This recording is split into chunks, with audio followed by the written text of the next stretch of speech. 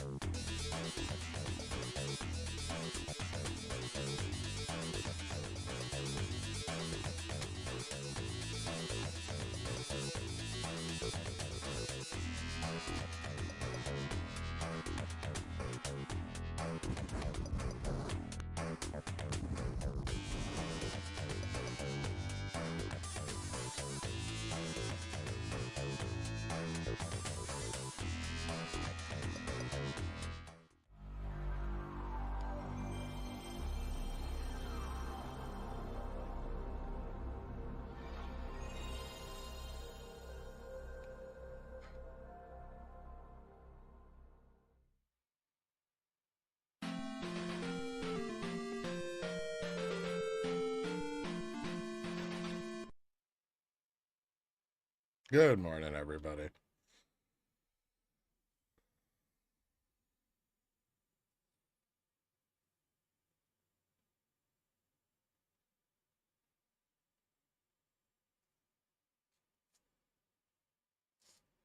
Hey, Lugs. How you guys doing?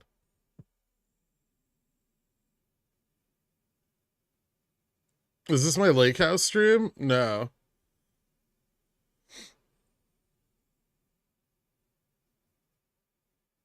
No. I'm in my apartment. I've got the air quality under control though.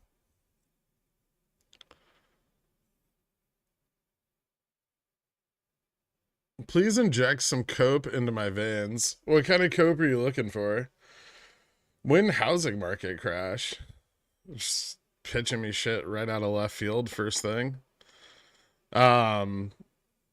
I don't know. Defaults are rising. We're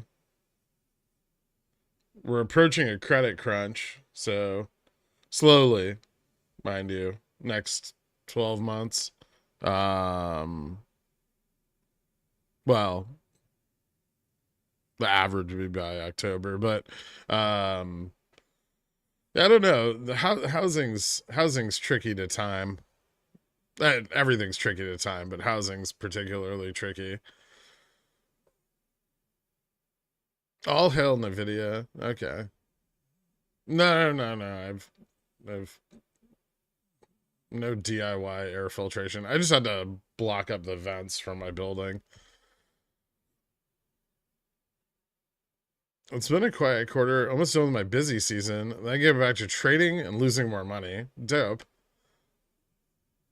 Is JFresh bullish or bearish? His sold calls on SPX closed Friday in the money, so he is despondent.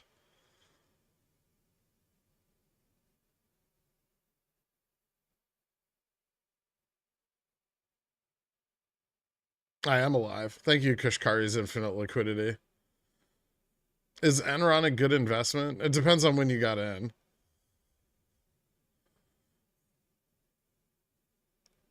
Any bear copium today? A little bit. I mean, I think the breakdown on Friday was fairly significant. Zero DT pumps have a really hard time with the collars. We saw that through most of April into early May, as we traded, below the smaller of the 3 JPM collars, and now we're trading at the big one. I think we saw a decent amount of long side capitulation into the middle end of day on Friday. So some breakdown in what was already fairly short dated positioning. 4,300 remains kind of strong. Obviously, holding on to the bull market narrative is important. So expect 42.90 to be defended. We did slip under it on Friday, but ended up closing the day above it. The 4,300 strike did close out of the money on Friday. So unless there's a big move up in futures tonight, I would expect that we're going to see at least some of the hedging for those calls fall off. I don't know if that's going to be enough to catalyze enough downside, but we do have the Treasury dumping about $520 billion worth of securities this week. We have CPI and the FOMC decision on Wednesday. So I think it's going to be a pretty crazy week, one way or another.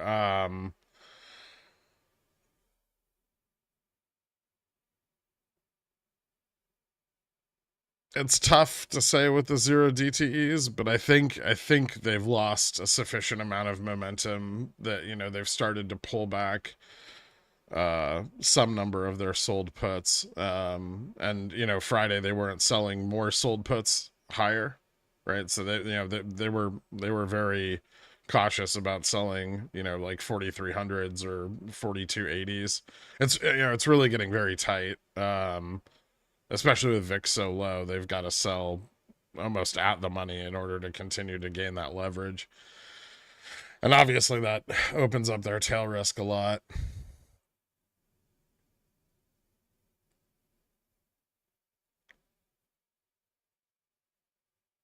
Is JFirst correct that GN will be nowhere in sight this week? I don't know what he's on about. I haven't seen his comments. Maybe if he comes in here, he'll have more to say, but I don't know if he's kind of busy.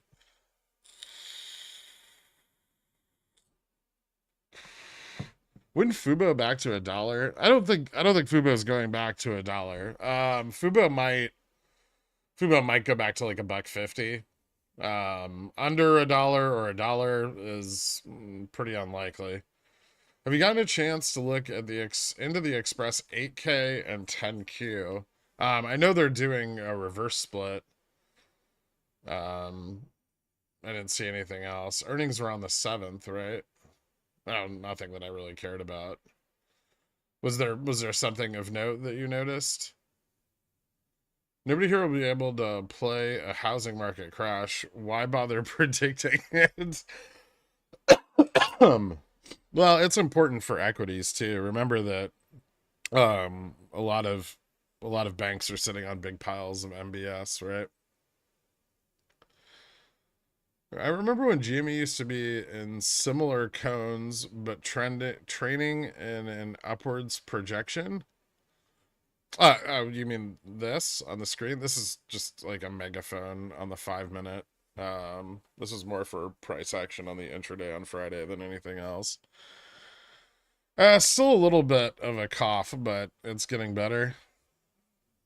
Are aliens bullish? I don't think so. I don't know. Are we giving the tech to Lockheed?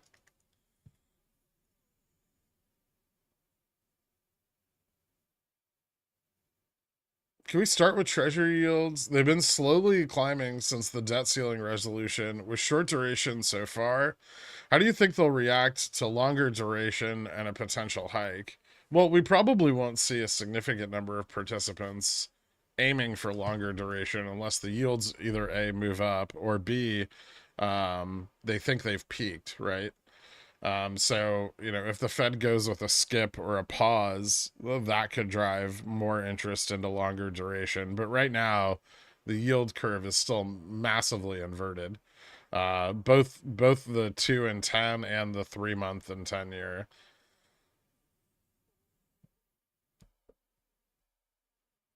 Yeah, CMBS is probably going to have issues sooner than MBS. There have been a lot of notable defaults in the commercial real estate space in the last couple of weeks. They seem to be gaining some momentum. There is that's about a 3.5, $3.6 trillion market right now. CMBS market larger than MBS market? No. Well, no.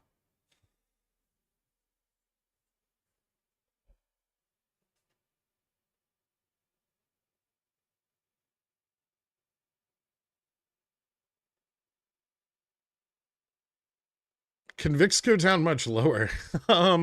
I mean, it's been crushed pretty hard. They didn't do a lot. They didn't do a lot to push on it on Friday.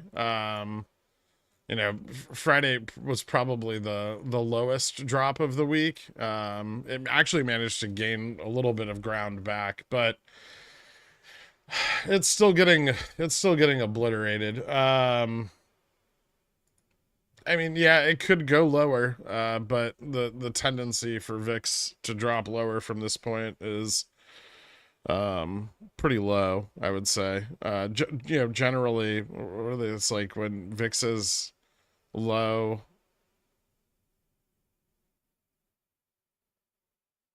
go away, and VIX is, I don't remember the fucking saying. I said it the other day too. VIX is high, buy.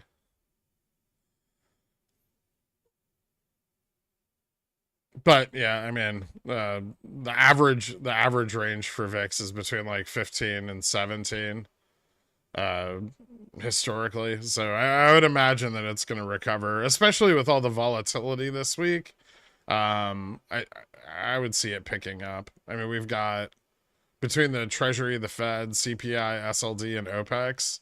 There's a lot of reason to see volatility drive up this week.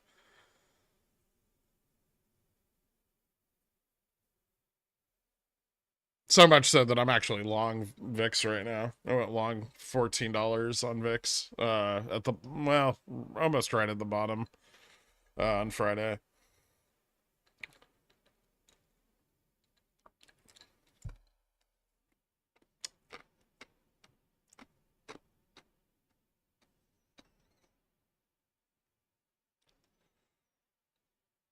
CMBS market larger, but there's more interest in consolidation for CMBS. Yeah. VIX up, dicks up. When VIX is high, it's time to buy. Yeah, that there, but I don't remember the other part of it. VIX is low, it's time to go. Thank you.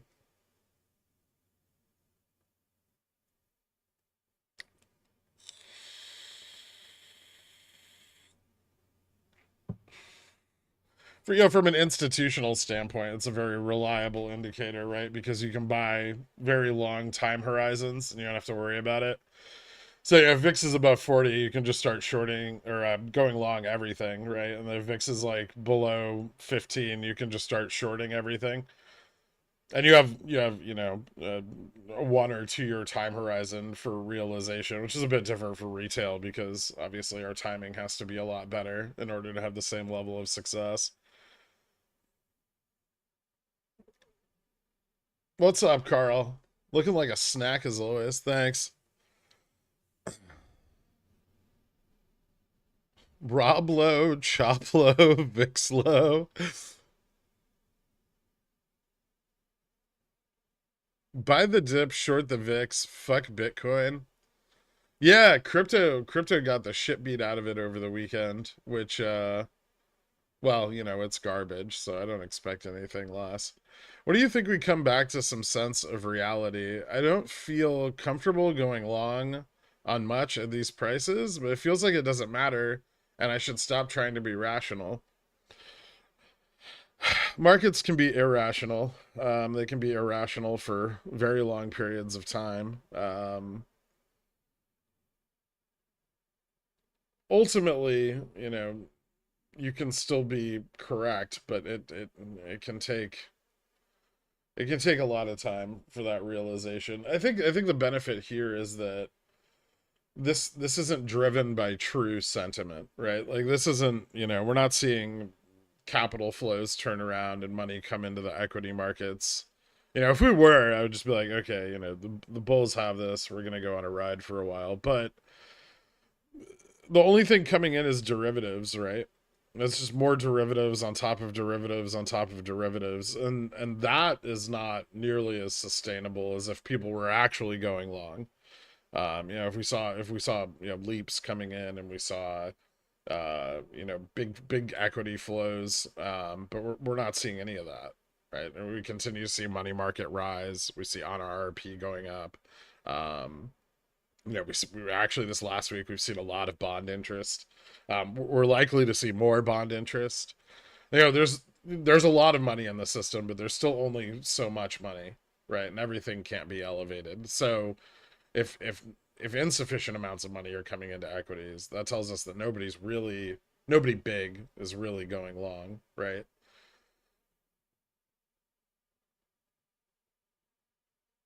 I mean, like, what,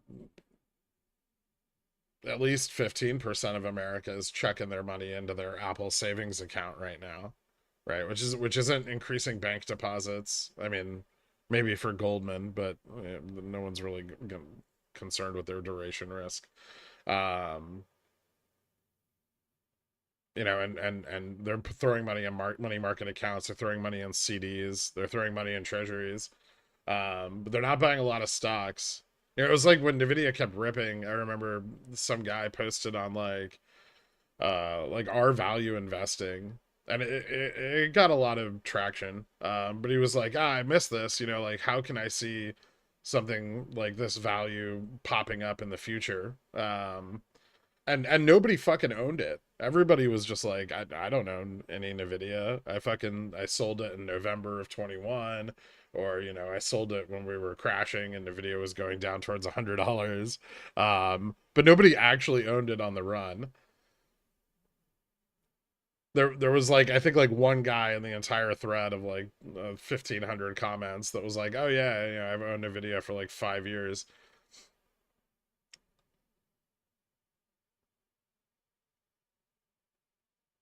And that's, really biased, obviously, but it is kind of an example of where retail's money is right now, and it's really not long a lot, or if it is long shit, it's long like defensives.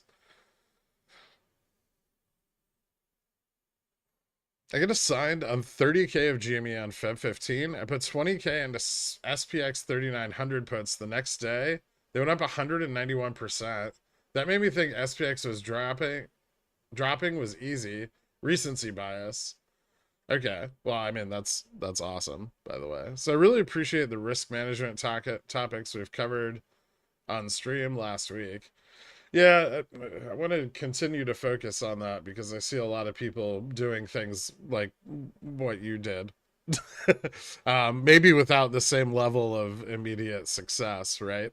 I think it's people really need to focus on allocation. People need to stop day trading zero DTs on SPX with no stop limits and a $5,000 bank account. You're just fucking gambling at that point, and you'll lose. This isn't even a casino. The odds are way worse.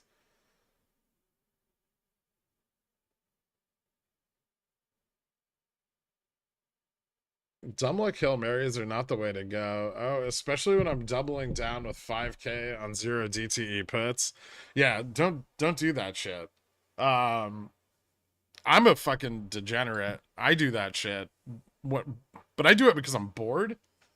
And I'm over trading because I'm streaming all day. And I don't care if I lose 20 grand. Right? I've probably made an equivalent amount of money straddling SPX overnight. And if I blow it all up, it's a lost day. I don't care. If you blow up 20 grand, that might be, all of your savings. That might be a lost year. It's don't do that shit. If you're gonna day trade SPX and zero DTEs, enter with a fixed stop and a fixed take profit. Don't fuck around. I see more people in here complain about losing like $10,000-$15,000 because they like got called away to a meeting or had to take a shit. I mean, don't ever leave a position without some sort of risk management in place. Don't ever walk away from one. I'm not trying to attack anybody. It's ridiculous, all right? And I get all the shit for it.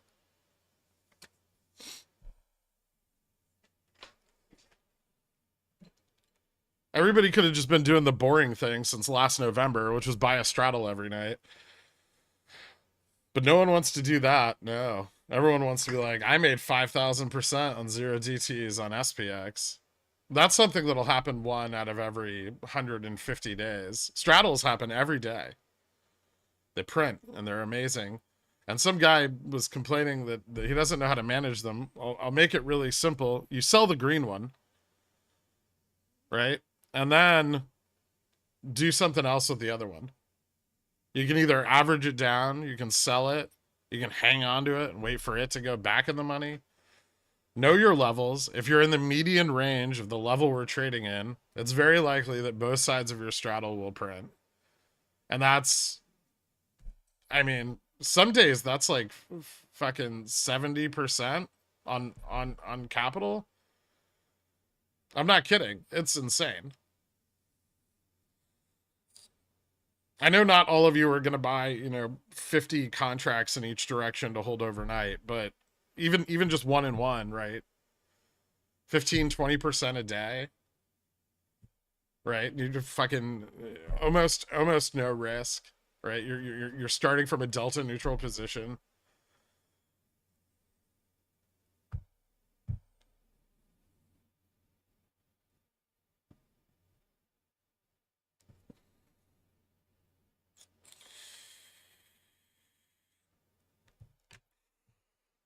The theta? I mean, it's up to you, right? You can, I mean, there's people in here doing them 0 DTE after market open. It's not unsuccessful. If you're opening it specifically for overnight, you want at least 7 DTE. 5 to 7. If you plan on carrying a leg for a while, I mean, you can always roll one out, right? If like the losing leg, you can always add theta to it if you want to.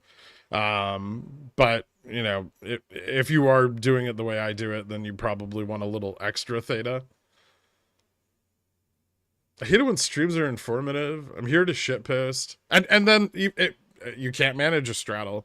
It's beyond you. You don't have the technical or execution skill set required. Sell fucking condors. Your risk is fixed. If we trade within a 0.5 to 0.8% range, you make money. If we have a 1 sigma or greater move, you lose a little money.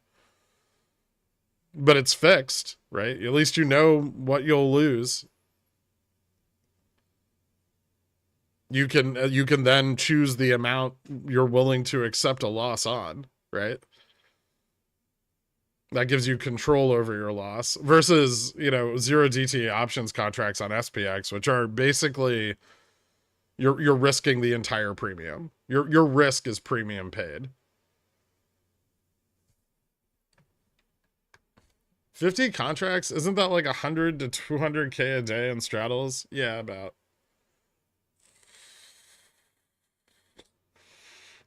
I've actually upped them recently. I do like 35 now, but it's roughly margin too.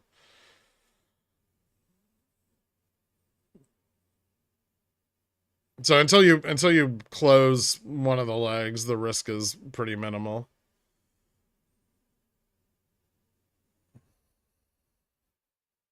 Sometimes I straddle with different DTEs. Like when we're in the top of our trading range, like this last week, I'll buy shorter dated on the call side, right? If we're in the bottom of the range, I'll buy shorter dated on the put side. If we're neutral, I'll leave them even. Most weeks this chart is extremely accurate, right? If we're in the green part, this is bullish. Stop buying fucking puts.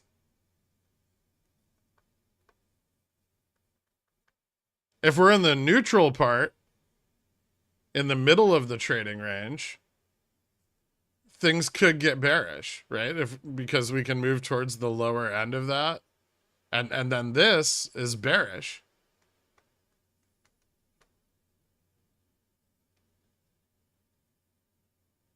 If you're going to buy puts up here, make sure they have theta, because they're not going to make you money till they get down here.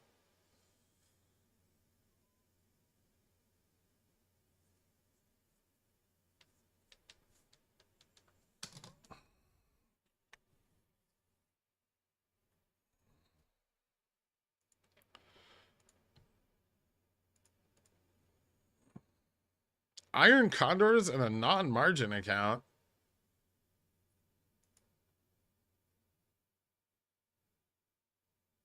No.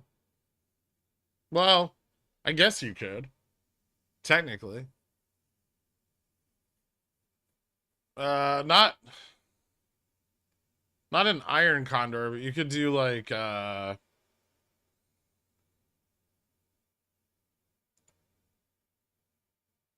maybe like a debit, like a inverse. You could probably do, yeah, you could probably do like an inverse one in a non-margin account. I think. Because that'd be debit spreads. It's like an inverse condor or inverse butterfly. Probably butterflies, because on the inverse ones you want it to close outside of the projected range.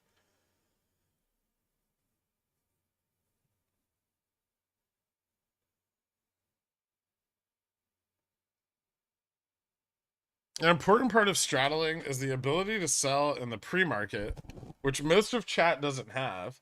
It's really not. It can help,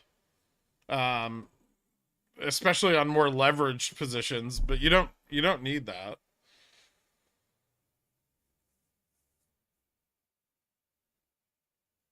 Also, I think most brokers besides like WeBull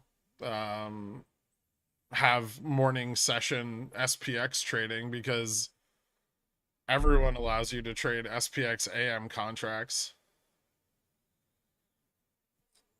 Is every $5 a level on SPY? Yeah.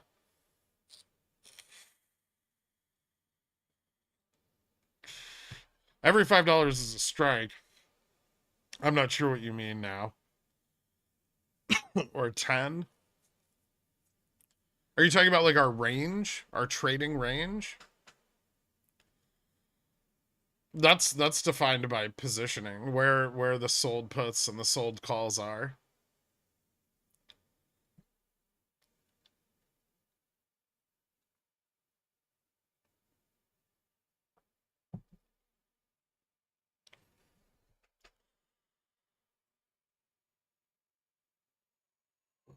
Going short this market is like siding with Burry. You know you're right, but you're way early and therefore losing. I mean, that depends on your ability to manage a position, right? If you're managing your position appropriately, you should be able to stay long or short forever. You can offset theta decay. You can hedge the upside. But you can't do that when you spend 80% of your account on your one core position, right? If 80% of your account is tied up in fucking 4,000 Cs for July, you don't have any money left to manage that. You've overextended massively. If you have $5,000, you can't even afford to manage one SPX contract. If you have 10 grand, you can barely afford to manage it. That's one contract. Like one long dated contract. Don't set stop losses on straddles. Yeah, that's not been a winning play.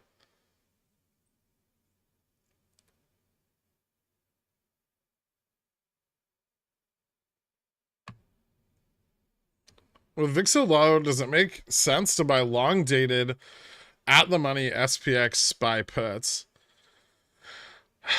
What for Vega? I mean, maybe a little out of the money, so you can continue to gain extrinsic value. If you're right at the money, you know, you're gonna go in the money, and then you know the benefit of all that Vega is going to go away.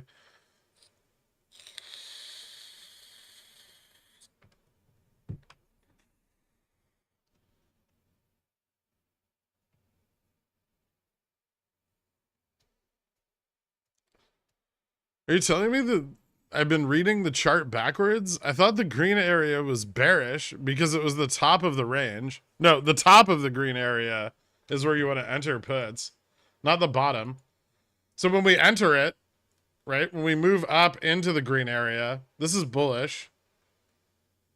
And then if we're rejected off of the top of the green area, then you can get bearish, right? Because we've reached the top of the range. But everyone's buying puts here. And then they're like, ah, my fucking puts.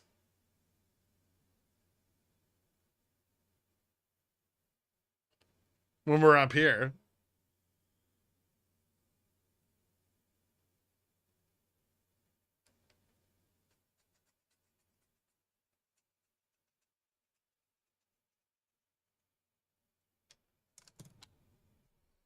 And I know it's not easy to balance being long-term bearish and short-term bullish. But you can't just fight back against it. You're gonna lose. Do you recommend an options calculator? There's so many available. They all do mostly the same shit. I think like the options strat is mostly fine. Obviously look at your own broker and change the premiums if they're off, but option strat's probably fine for most people. If you want like a better Black-Scholes calculator, there's thousands of them. There's no particular one I use. I have one that's like kind of built into IBKR. It's like a script that I run. That way I can just click the option and, you know, calculate the endpoint and get the premium. But you can do the same thing with more steps on a 1,000 different websites.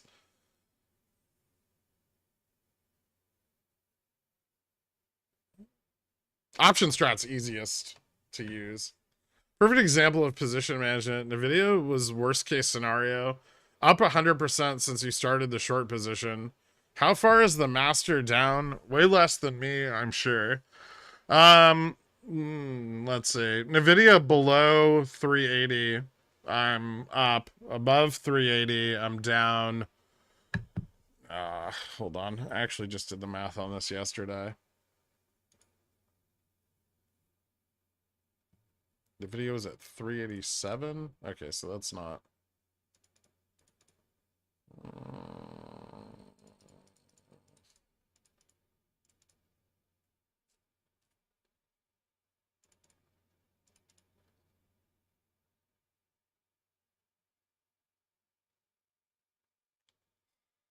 I'm down around like 23,000 right now.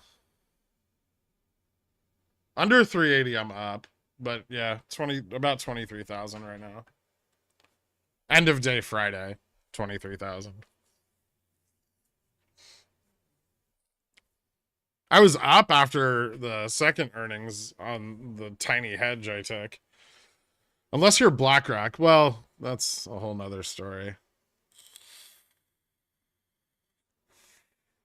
Is there a way to straddle with $200?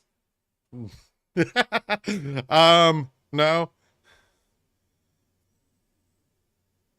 But you could probably sell spreads with $200 on like SPY. And then you could have like $210. And you could just do that every day until you have an amount of money that is substantial enough to trade. No, never buy SPXS and SPXL to straddle.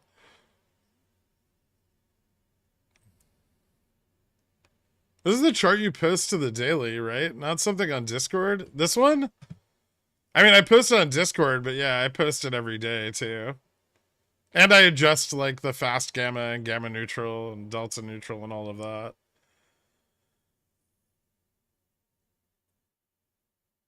What's your current excitement level for this week with so much going on? I'm pretty stoked. I think I don't know. I kind of feel the opposite way JFresh does, and I have plenty of underwater sold calls, but um, yeah, I think we're starting to see at least some breakdown. And you know, if we only get like a 250 BPS drop, and we have to wait till after the 616 positions fall off to see more significant downside, I think like even a small drop is gonna allow me to reposition a lot of shit. So then I can wait it out even longer.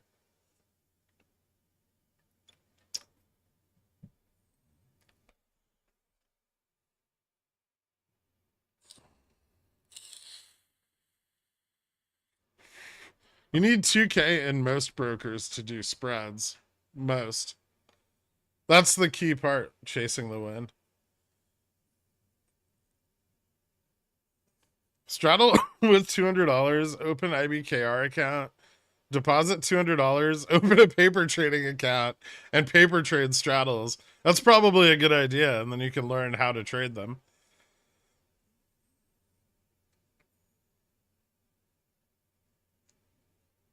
You think Upstart is going to trend up, or will it start running out of steam soon? I mean, it's going to probably take like a couple months.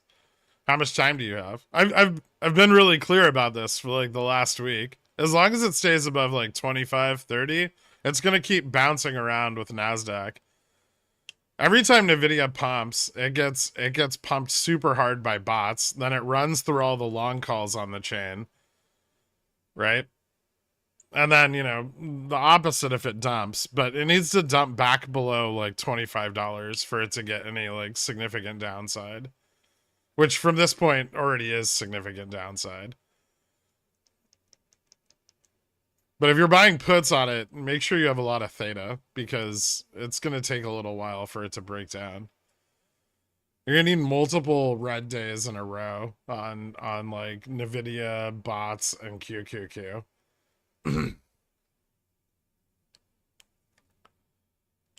No problem, Jason. Do you think the Juneteenth market closure will affect SLD or OPEX at all? It could, yeah. I mean, it'll affect OPEX settlement, which we know. But other than that,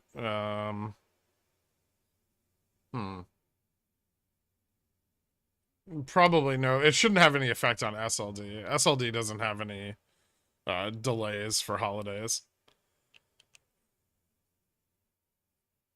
A lot of ports are under 25k, and as such, trying to ghost your plays or multiple plays are limited to avoid PDT. So stay poor, poors. I mean, no, you just have to approach it differently, right? You have to figure out where you can take risk on theta, and the best way to do that. And if you're under $25,000, you can't close positions every day, so you need to take even safe. Like, the point of that is to force you to take safer strategies that have to be held longer, right? It's not to keep, well, I mean, it's partially to keep you poor, but it's also to enforce risk management on smaller accounts. You think we smash August highs on CPI? No, that's ridiculous. I think headline might be trending up a little bit. Oil's been, well, kind of all over the place. But I think core is going to continue to be where it's at or possibly grow even more. PPI is probably still going to be better. What's the biggest point of failure you see at the moment that could cause a big slump? I think it's shit earnings ahead. They won't be able to hide them at some point, but I'm a moron. Um, I mean, yeah, I expect that the constant upgrading of future earnings is going to eventually reach, uh, especially with a lot of these companies like Meta, Nvidia, Microsoft, even now a little bit. Microsoft and Google are a little safer.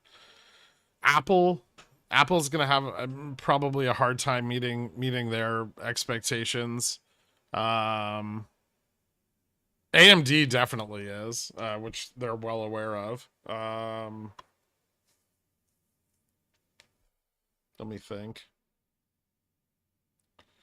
Some of the software as a service side of this big pump, like CrowdStrike, Trade Desk, HCP is a good one. That was one that I was bullish on. Um, they were doing much better. I sold before their most recent earnings. Um, and they missed, right? CapEx is coming down. The smaller ones will feel it first. But there's no avoiding it, right? They have to spend less in order to maintain the earnings, and that's gonna put pressure on the sectors that rely on them spending more, right? And then eventually there's only so much less you can spend, right? And that's gonna be where you find that pivotal moment where they start to miss.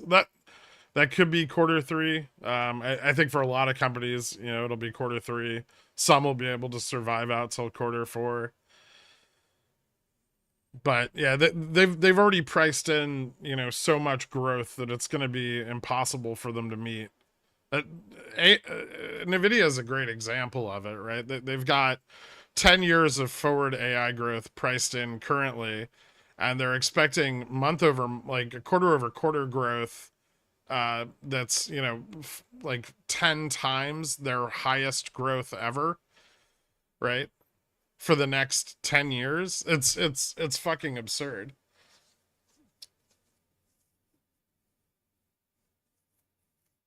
1 to 2 DTE straddle on SPY is about $170-$300. Yeah, roughly. I mean, you're not going to make as much on SPY because the moves aren't like the notional moves aren't as big, but you can still make money on it. QQQ is a little better if you're going to choose, just because Nasdaq's volatility is a lot higher.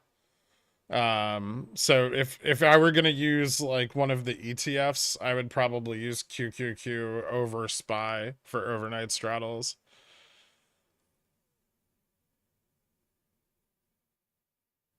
Can you think of any bull case except dropping core or JPOW turning on the printer? I mean, JPOW already turned on the printer a little bit in March, right? And that's a lot of the reason we're where we're at now, is because relatively, the Fed's asset level is now at where it was in March or August of 2022, right? So of $780 billion in quantitative tightening, we now effectively only have like 100 billion.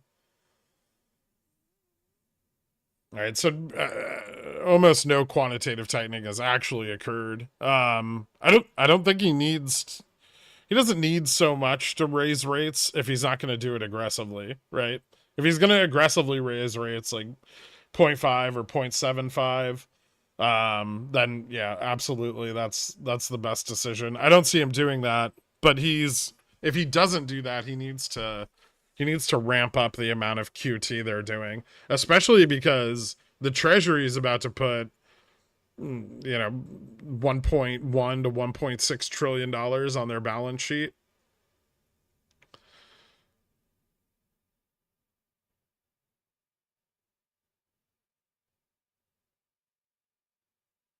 Can you go over any differences or changes using the new futures contracts as an intraday indicator for SPX?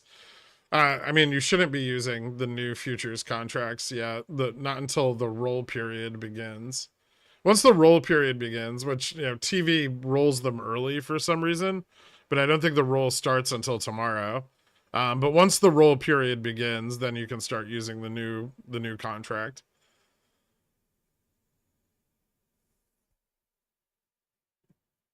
I mean, it just creates a wider spread between SPX and futures, but other than that, it's the over the roll period, the volume will move to the new contract.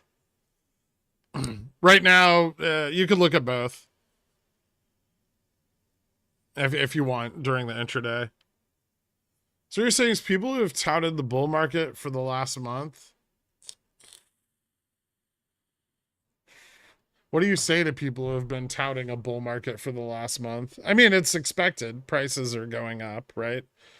That's anytime prices go up, people say it's a bull market. And they said it was a bull market last August. They said it was a bull market in Jan. But none of the bull cases overcome any of the current like macro conditions, right? So if I could find a valid bull thesis that didn't involve, you know, a greater fool buying an asset higher, then you know, I'd have a little more reservation about going short, but I haven't seen one yet.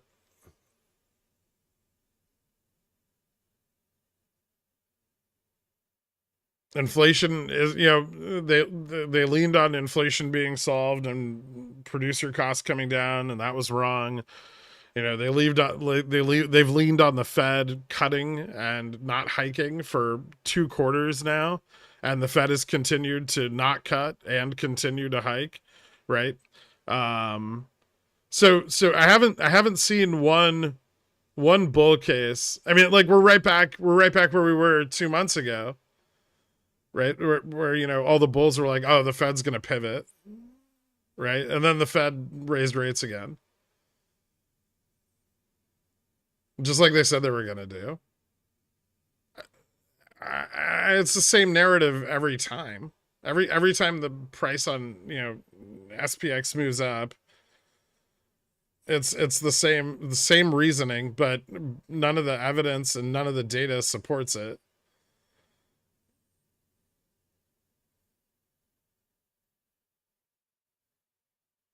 Can you explain why there's such a difference? There's such a price difference between this one's contract and the new front contract in futures. Well, this month's contract, so over time, SPX and the futures contract in front, as you approach the roll date,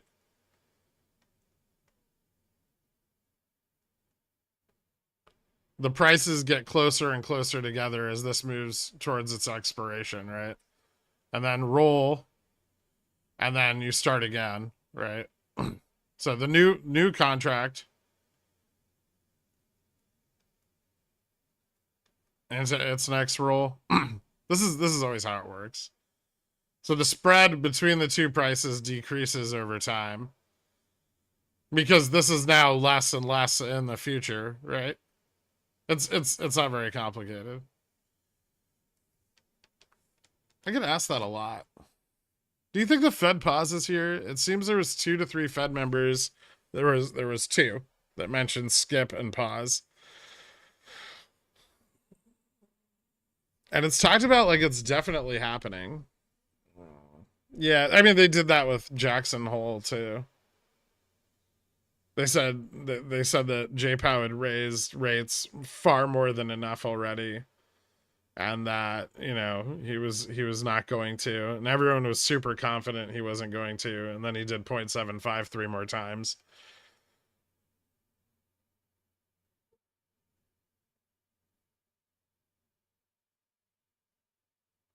Do you think the video is going to continue to trade between 380 and 400 for the next while?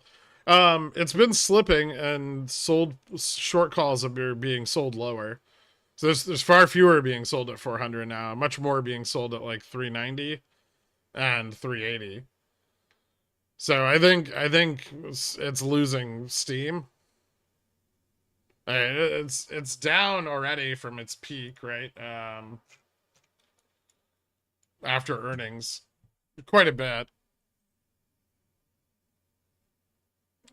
Now, is this going to continue to go down? Is it just going to do what it did back here, where it ultimately moved up even higher? We'll see. But I think they're running out of bullish news to talk about on AI, and there's still no spending, right? And Nvidia's being a little more tight-lipped this quarter than last. Far fewer press releases and absurd analyst upgrades every day.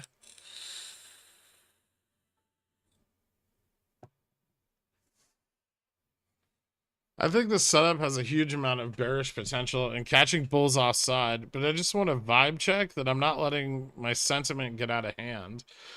It does have a huge amount of potential, but that doesn't mean that the bulls are going to lose, right? I mean, the best case I have for that is that if you look at leverage funds, they've been in the pain trade now on the short side of ES for a month and a half, and their positions have only gotten larger. So, they're pretty confident. They're continuing to double down. They haven't given up. If they did, that would be pretty bad.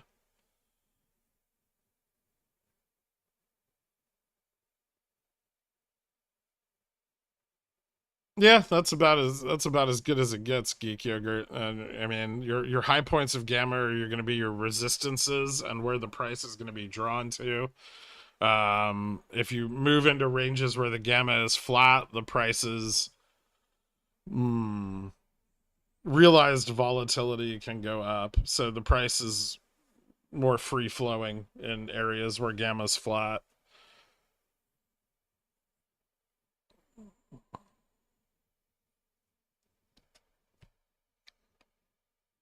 Do long calls and long puts both have positive gags? No, long calls have positive gags. Long puts have negative. Short puts have positive.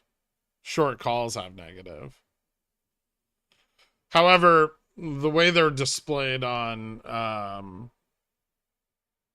the way they're displayed on like TV, it doesn't tell you that.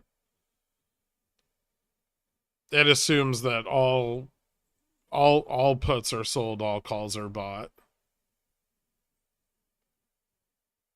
Davy Crockett, welcome to Dillionaire, man. Thank you so much. Hit me up on the Discord, man. I'll get you added after the stream.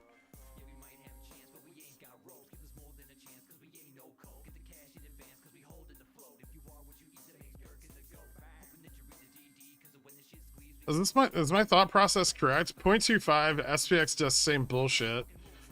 No, 0.25 seems pretty significant, actually. A hike at all at this point is not priced in. A. B, it brings the effective or the real federal funds rate above 1%. Which would be the first time that we'd had a full point positive real federal funds rate. Yeah, since I think the 80s.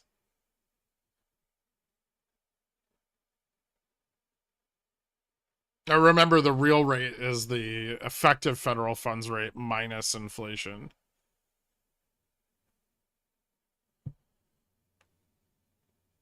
So 0.25, pretty significant, I think. Pause is also significant, right? Because pause with no forward guidance about what the Fed is going to do next means that bonds may have peaked, right?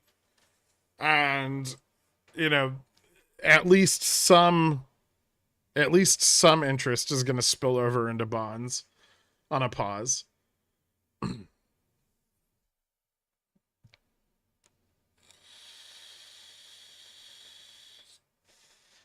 Cat's doing good, Carl.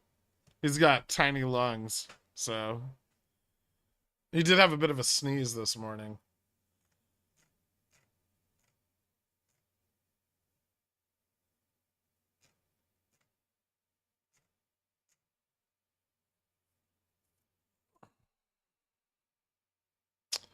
You say the benefit of holding the straddle overnight versus buying it first thing in the morning. Yeah, absolutely. Statistically, overnight moves on the SPX are greater than intraday moves. Most especially around AM expirations, but most of the price improvement or loss on SPX occurs in the overnight session. And so capturing that bigger move is very important for straddles.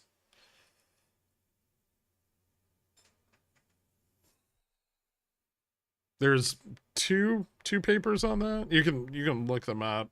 One of them I could probably find you if you DM me. I think I have it saved somewhere. So SLD on top of some potentially volatile economic information and decisions, bullish on puts. Yeah, I'm pretty bullish on my puts. I mean, I've got a little bit of time on some of them and a little less time on the rest of them, but I'm massively over leveraged into them. I've bought fairly obscene numbers of both SPXS and VIX calls. But yeah, I think, I mean, regardless of the economic data, the Treasury's, selling $500 billion in securities this week, right? All before J-Pow's decision.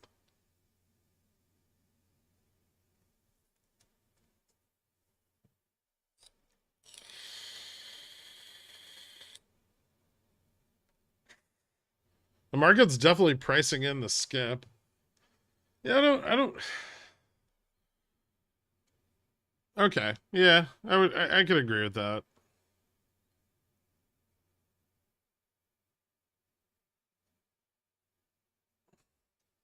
Although that does put the assumption that a skip is bullish, which I'm really not sure it is. Contracting rates wouldn't be bullish either, right? The market just wants to live off inflation for longer.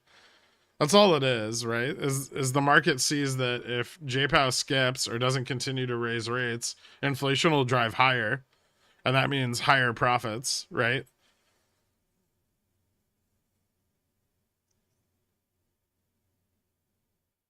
Yeah, okay. Yeah, that makes more sense.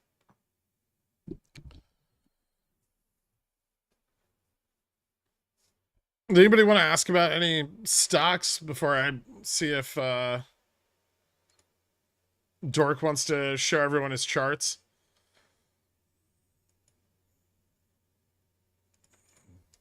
Oh, you bastard.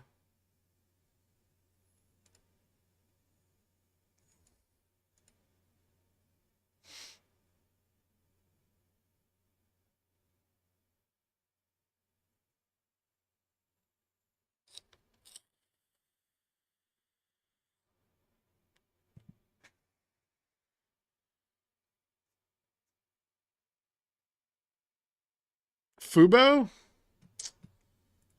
You can take a look at it.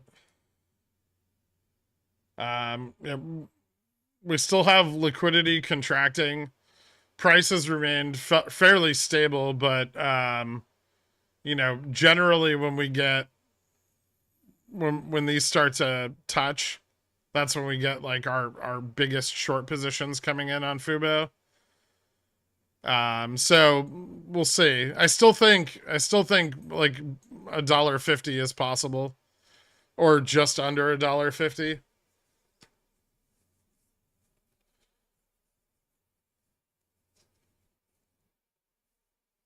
But liquidity is drying up a lot on it, and price hasn't gotten much worse. So short interest isn't super crazy here. It's not like a short squeeze target. There is short interest, but it's also liquid. I know it's got a big ETF FTD day coming up, so it could benefit from that.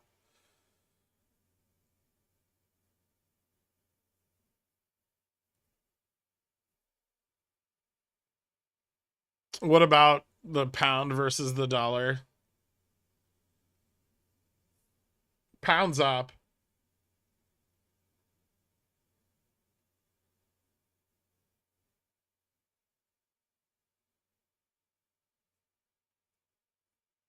Do you like any stocks for this week? A few, yeah. I mean, I'll write about them tonight.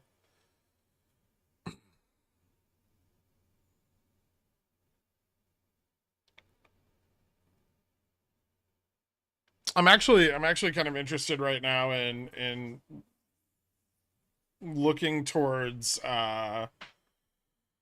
CMBS targets that are going to lose value over the next few months, and then recover faster. Specifically, like medical property REITs is something I've been looking at a lot this weekend. I think when CMBS starts to, well, we start to see more failures on the CMBS side, and more defaults. That's obviously going to hit the entirety of the commercial real estate industry very, very hard. But I think there are some um, specific sectors of commercial real estate that will continue to do very well. And there could be some really good pricing on them over the next like 6 months. So I've been digging into a lot of like medical property REITs because doctors need offices.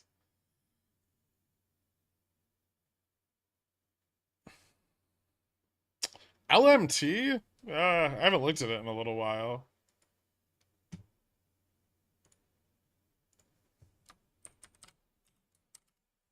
It can be fun. Ooh.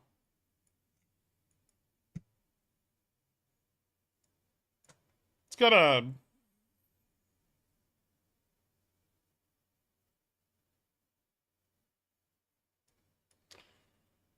That's kind of nice. That's a nice setup. The last time I think I went short on LMT was like back... It was back here somewhere, I think. But yeah, this is a nice setup for it.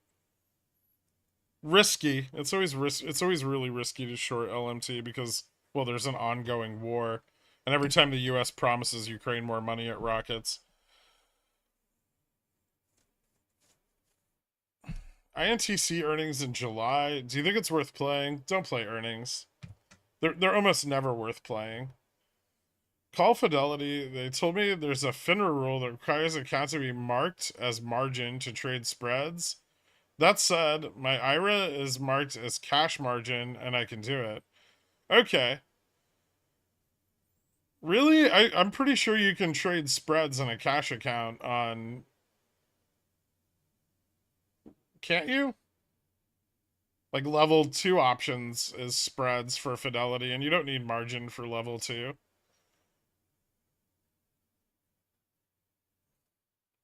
So there was no secret DD on DDS, but you were bullish because chain closing? No, I just buy DDS every time it hits resistance.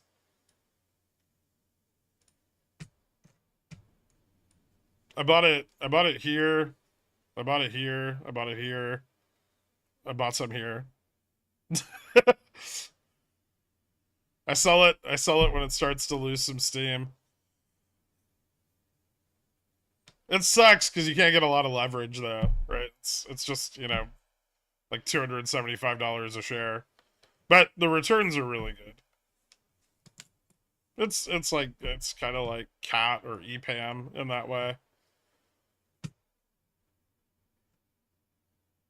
Spreads are level 3 on TDA, margins required. Yeah, but I'm pretty sure you can sell spreads on Fidelity without margin.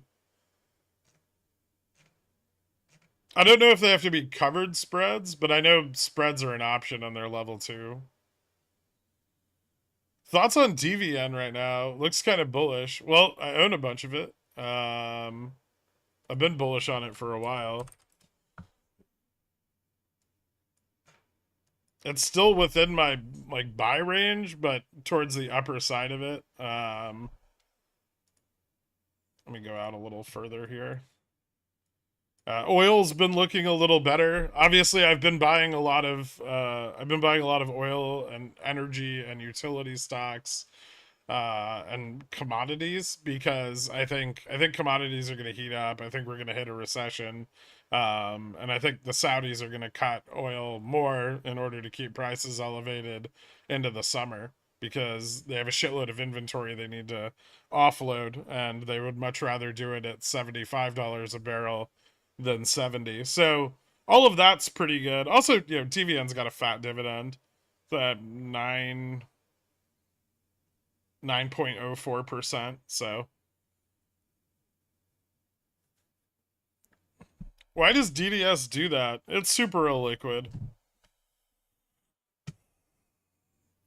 Everyone buys it and then they sell it when they do their special dividend. So if you can catch everyone buying into the dip on it, its price improves very rapidly, because it's like almost 100% DRS, right, or closely owned, since most of the shareholding is like employees and insiders.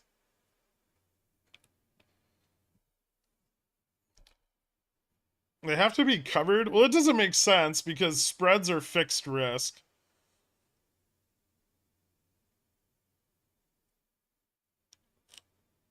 So you'd think they'd only need to be covered by the amount of cash in the account. You could trade verticals without margin. That's what I thought. It's their level 2 plus. Okay. How are you liking HBM at 470? I wish the options chain was better. I don't have any options on it. I mean, obviously that's kind of in the same vein as DVN. It's definitely a recession like commodity play, but yeah, I did get one buy at my 40-30 target, or 430 target. I had another buy at 450. Um, those were my two average downs from my initial buy, which was back here at like 530. So now I have a like effective cost basis, I think, of like 475.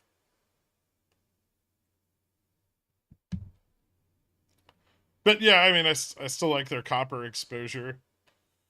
Probably going to need to wait for China to get a little more online before copper prices go up. But reserves are still low.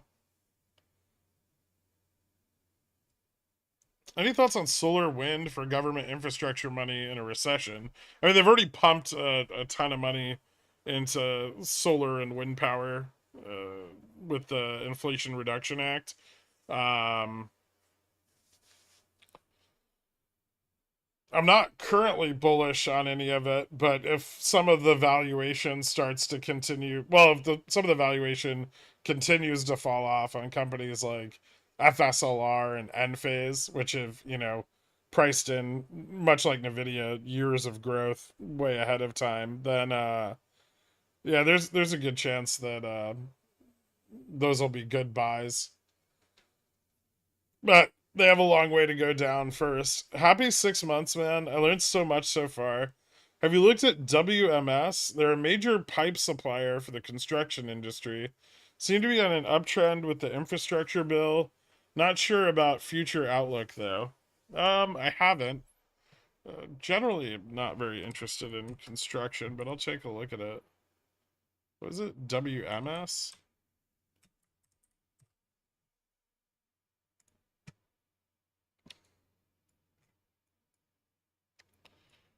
Pretty nice recovery. Volatile.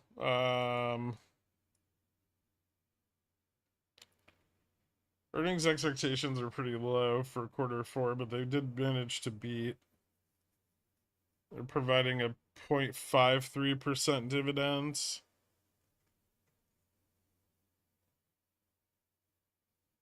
Uh, I like the accumulation. I I wouldn't trade it, but it could be a decent hold for a few months.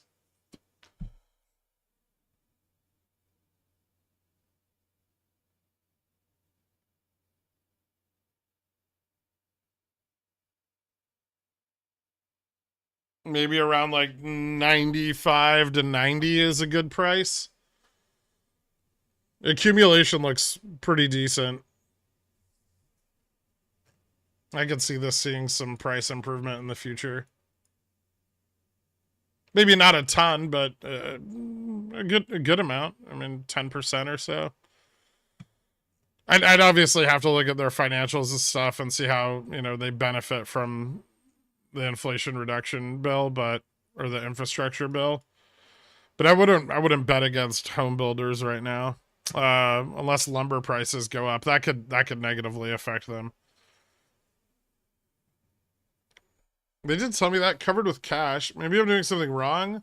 But when I select cash instead of margin during the order, it tells me they can't. Shrug. I don't care. I can. Okay. Would entering T with CSPs for assignment defensive and good at these prices? Okay, so I know a lot of you know that I bought T recently. The lower $15 range is pretty decent. Remember that their dividend is probably not sustainable for more than a year or two. But if they meet their cash flow for this year, it's the dividend's at least going to persist a while longer. The price is very cheap. They have a new CEO. He's kind of trying to turn the company around and get their debt paid off. My hope over time is that they start to pay off their debt, pull back the dividend, and start to focus on growth. If they can bring in growth, I'd be more than happy to give up the dividend. But I think it's got some upside potential from the current price, and management seems to be pretty confident in their ability to hit their $48.3 billion cash flow for the year. I don't think assignment below the current price is very likely for CSPs. And then don't forget, you know, there's a time if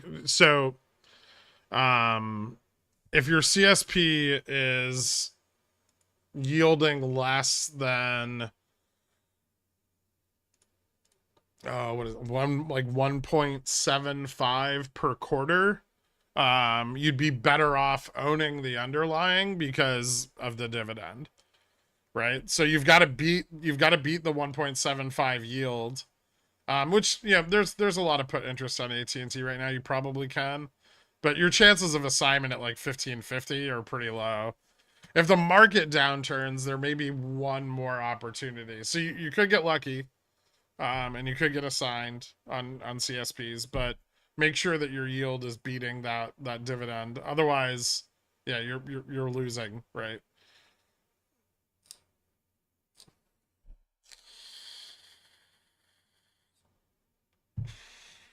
So actually, I was looking at a few people on the Discord are talking about S, and I was looking at it. Their earnings were obviously not what people wanted to hear.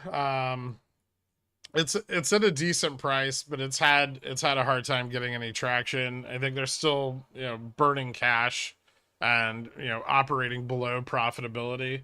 A lot of people like their product. So I think over time, sure, there's some growth there, but they face a lot of the same software as a service problems bigger companies do, except it'll hurt them more. And their runway isn't particularly fantastic right now. Like, they have a decent amount of cash on hand, but if software as a service suffers, remember, it's always like the smaller players that get hit first, because those new adoption products are the first thing that get cut, right? Which is something HCP has been facing recently. So I would say that it could get much cheaper before it gets better, and they will probably have to dip into some of their equity in order to keep their runway going through any kind of drawn out recession.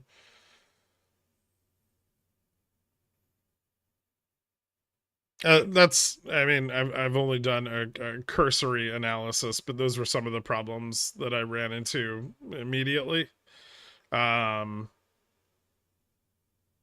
Not to say that you can't, you've made a little money. You can make money trading it. It could return back to like $16-17 in the short term.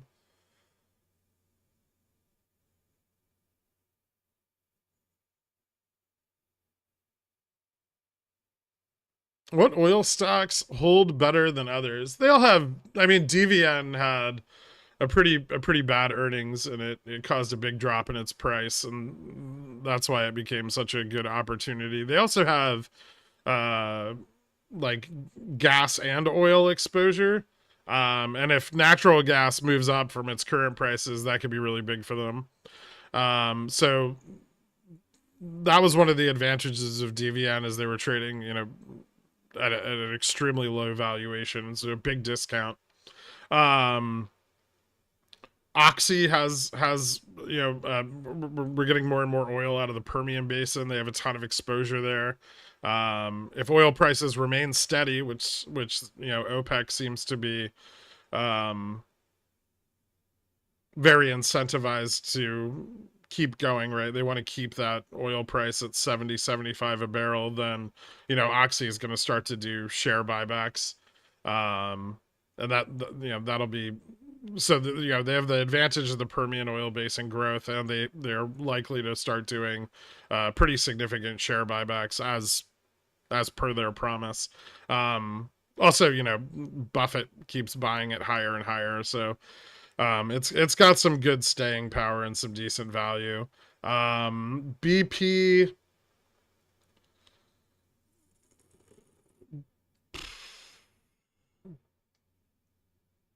BP has, it's done very well since I bought it, but they're getting a little too much natural gas exposure, and I worry that with global warming and warmer summers, it's not going to be good for their business in the long term.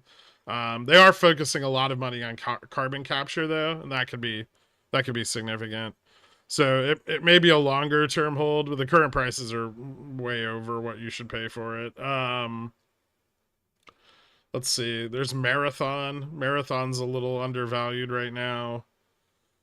Um, there's Zom, but Zom's kind of just the focal point of oil buying, right? So it's always very very closely tracking with oil prices, and its price is volatile. There's opportunities to play it as a trade, but as a long term hold, it's not my favorite unless you have a really low cost basis already.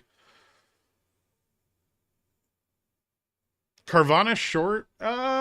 Is it blown out yet?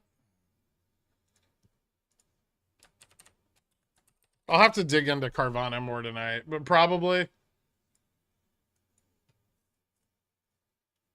I don't know if it's gonna go back to 8 again, like last time, but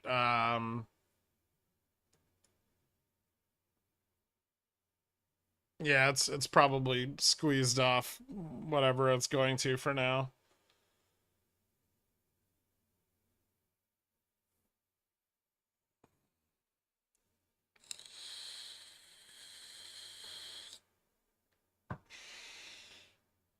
Because they have big cash flows, Pidgey in the middle.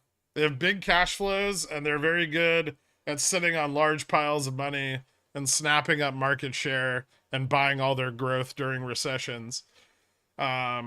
And so they tend to perform. Also, commodities tend to rise during recessions because manufacturing and industrials picks up, and commodity demand rises as the overstocked inventories, which we're currently sitting on now, begin to deplete.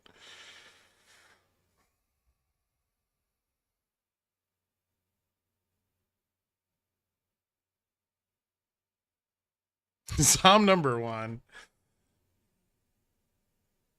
Yeah, dig into them. It's a big industry, and I'm by no means an oil expert, although I've done well on it over the last year and a half.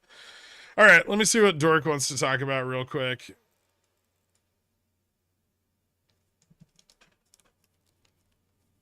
Dork, What's up? what's up, dude? I see you've got. Hold on, I gotta turn you up.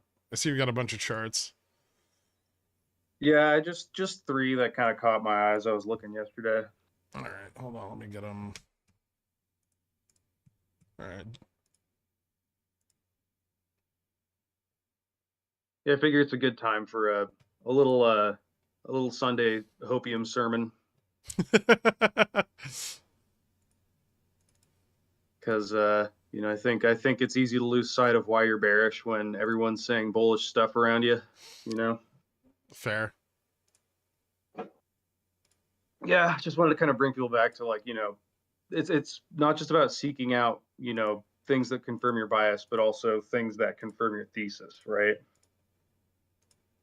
Which, I think that all of us here are kind of in the camp of, entrenched inflation, and it's hurting the consumer, which, will lead to a decline in economic growth. Yep. So I just have these are just a few data points that kind of show, or they illustrate sort of, this thesis playing out. At least we can continue to say it is playing out. It hasn't been necessarily beaten in any way. So All right. So we want to start with the delinquency rates. sure, that one's interesting. Yeah, I like that one. All right. So I just charted a bunch of delinquency rates for different asset classes, right? So we have CRE, then we have single family residential, we have credit card loans, and then just loans secured by real estate. So that would be like your HELOCs. So yeah, when you look at the data, you notice there is a big year-over-year percent change for the delinquency rate on credit card loans. That delinquency rate, the actual value is it's actually still not very high. Like it hasn't quite reached. I think it's like right around 2019 levels. Okay. So it's in the danger zone yet, but it's not necessarily coming back down yet. The next print will be pretty important to see where this starts to settle out Okay. in terms of growth. But if this green line stays high like this, that's a big warning sign, right? Because that means that the delinquency rate is continuing to increase. And we've had, especially, the fact that we've had multiple prints in this increasing range, right, means we're not necessarily dealing with a transient. This is it's become a trend. And the other delinquency rates are sort of following suit upward. Yeah. Which, I mean, we can't compare, prior data like 2008 to now and say it's the same, because it's not. But this kind of paints a picture where the consumer leaning on credit cards is starting to just not pay them because they don't know what to do. And then at the same time, commercial real estate delinquencies, I think that's just to be expected. That's because a lot of places are closed down and the people who are trying to lease them out aren't able to get them filled up. And then you see a uptick in the single family residential mortgages. Yep. And the rates on loans secured by the HELOC bump is probably the most compelling one here. Yeah, so it's been grinding progressively higher since 2021. Right. Well, it's so it's been in a downtrend, but that downtrend is starting to weaken, right? And that's what it's starting to bottom out. And if this flips back into positive territory, yeah, that's a really bad sign for residential real estate, right? And also the debt market around it, because anything that's like leveraged, over on the equity side, it's just a big fat liability. Yep. So yeah, that chart's really interesting. It does show that the consumer, at least in terms of being able to pay off their credit cards, they're deciding not to, which kind of tells you that they're not necessarily feeling so hot, right? You would expect this, Did you look at auto loans in this also? I could probably add it in. Let me see. Add line. If you screenshot that, I'll open it up too. 30. Oh, that's old data. Hold on. I gotta find the data set that does it. It's always a pain trying to find like specific things that you want, because that one was like a period from like the freaking 90s or something.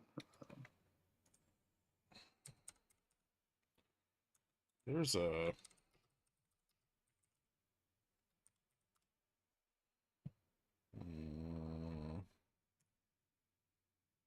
It was delinquent by 90 days, which is up.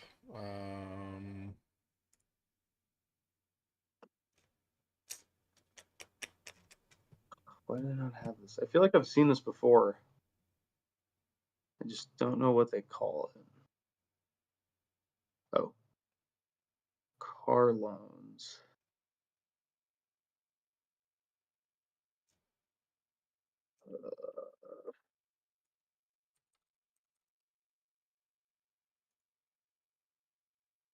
Finance rate? No. Loans reduction. You can look at delinquency rate on all loans. Or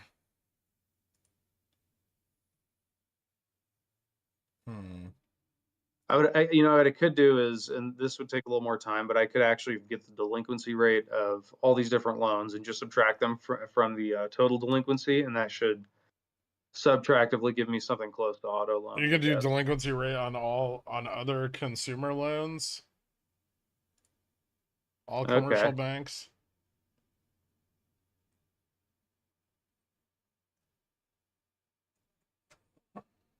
Let's add that in there on a year-over-year rate of change. So that's that. Ooh, that's actually pretty interesting. Yeah, it looks similar to the credit card loans. Yeah. Here, I'll screenshot it with all that data in there now. Oh, okay. So it's that new green line that's right next to the one for the credit cards. So it's like light green, and then the darker green one is the other consumer loans.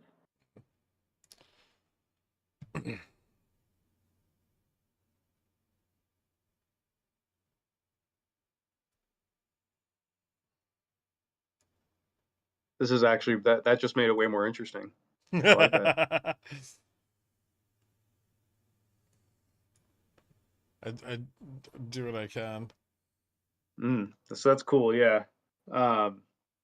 Yeah. So I love this chart because, it's a real good demonstration of sort of like the K-shaped recovery.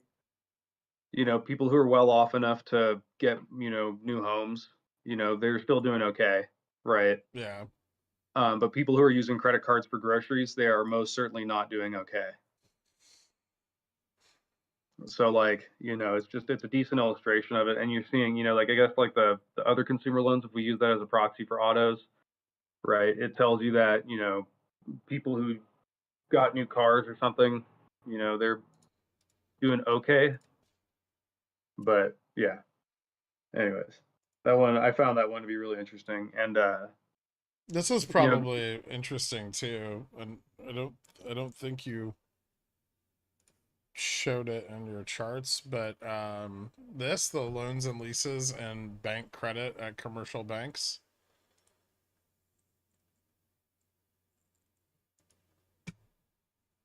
Yeah, that one's interesting. So lending is drawing down, and it's drawing down really, really rapidly. So we are, I think the percent change over 1 year is sufficient to say that there is a credit crunch has already begun. And the yields still are extremely inverted, right? So the banking system not as sound and reliable as the Fed would have us assume. I have another good chart. Here, let me screenshot this one really quick. This one kind of shows too, that there is a credit crunch happening. So this is the percentage of domestic banks tightening standards for commercial industrial loans. Oh, okay. Yeah. That one's probably peaking. Okay. Yeah, it is, and it looks but it's elevated quite high, right? So it says that around 45% to 50% of banks are tightening standards on their commercial industrial loans. And this sort of shows you that credit availability in the market is going down, right? I do wonder though, with commercial and industrial specifically, if that is more of an effect of the contraction we've seen across commercial and industrials for the last 2 quarters, right? Like banks aren't investing in it because growth there is questionable. I mean, yeah, you could argue that. Because But I generally, think like the biggest surges of industrial and manufacturing lending occur in like market bottoms and recessions. yeah, I mean, yeah, that's definitely, you know, a big part of it. But there's also the increased interest rates, right? So Yeah, if a that's bank's true. going to charge more interest, they got to be a little more stringent. But it's a combination of both. But yeah, this is, you know, you could look at these for other things too. They're going up for like auto loans as well. That was the other one that I checked out. You pretty much just type in tightening standards on Fred, and you can pop up with all these for the people listening, so you can kind of see what it all look like, because there's a bunch of them, right? Yeah. So you know, there's, you know, it's hard to go through all of them. But here we go. Here's another good one. This one will make you feel a little better too about a credit crunch. Boom. Ooh. This one's pretty cool. It doesn't go back to 2008, unfortunately, but this one is way more indicative of a credit crunch. So those are, you know, commercial real estate loans secured by multifamily residential structures. So this is like your classic slumlord situation. Yeah. Slumlords are getting squeezed, right? You're trying to build a new slum, you know, on with a loan. You know, your slum is going to have a really high interest rate. Yeah. That's not good for keeping costs low and rents high.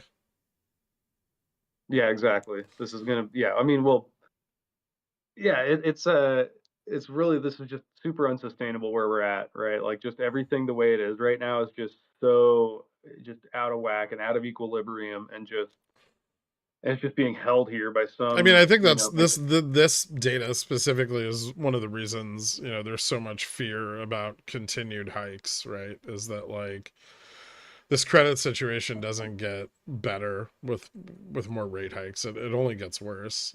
So, you know, even another 0.25 could really exacerbate a lot of this data that's already, you know, peaking.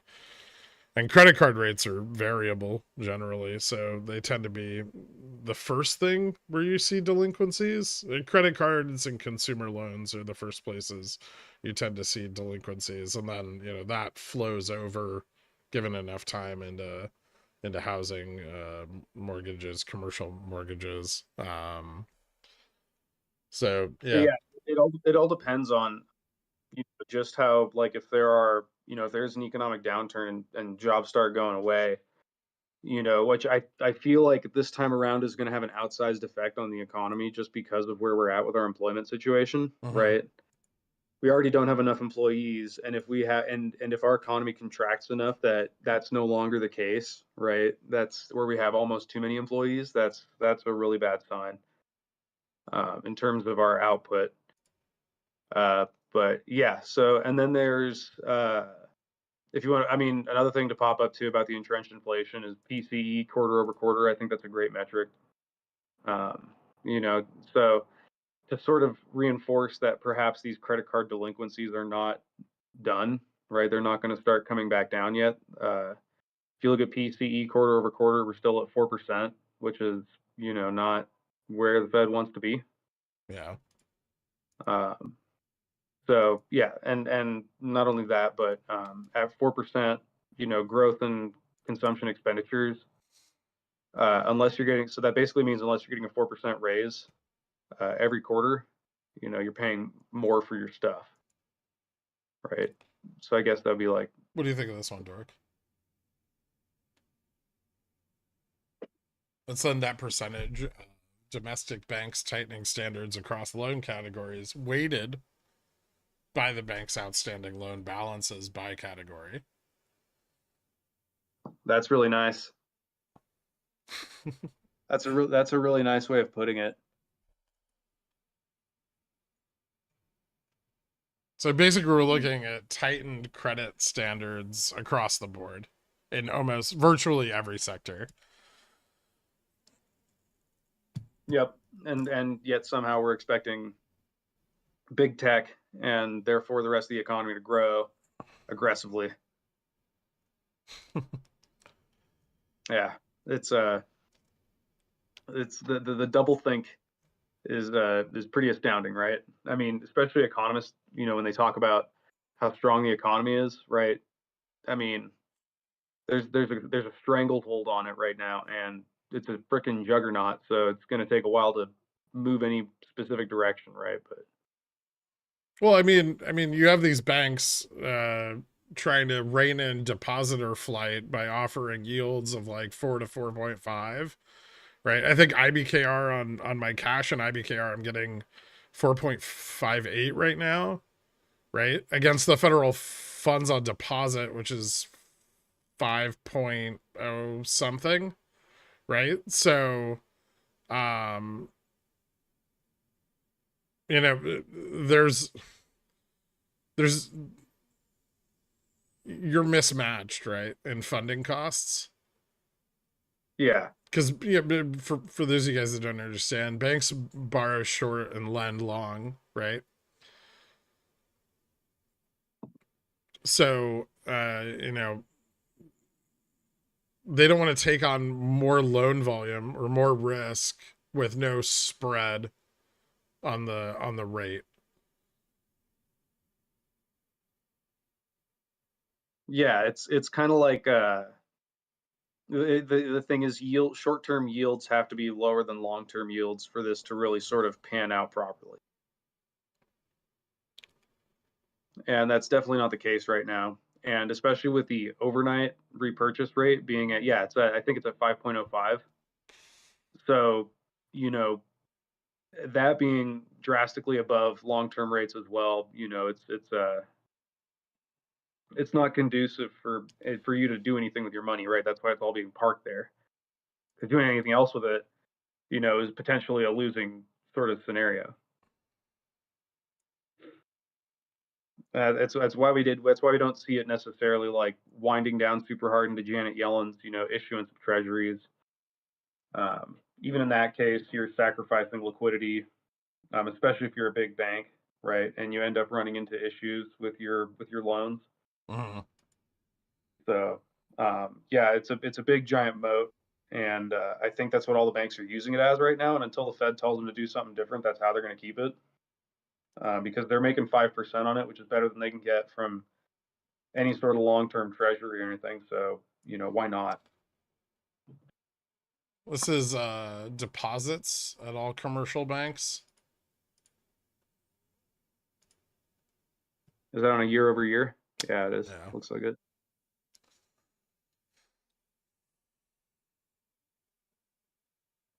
Yeah, this one's interesting, and I love to think about why this is happening. I mean, we know what it is, but it's not like this is SVB stuff, right? This is This way is more interesting. JPM, Bank of America, Wells.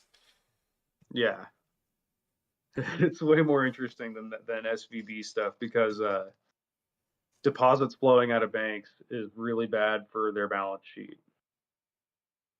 I mean, everything, you know, in terms of like I know fractional reserve is a joke right now, but like, you know, everything on their books is sort of held together by the deposits.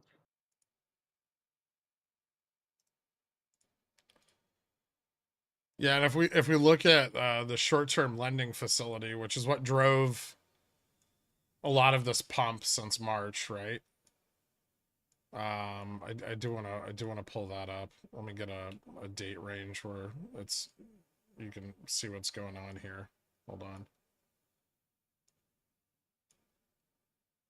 So here's our backstop, right, from the Fed, our discount window, liquidity and credit facility loans, primary credit.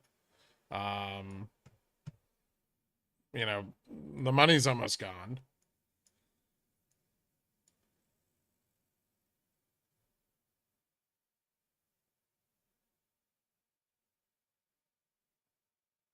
Yeah.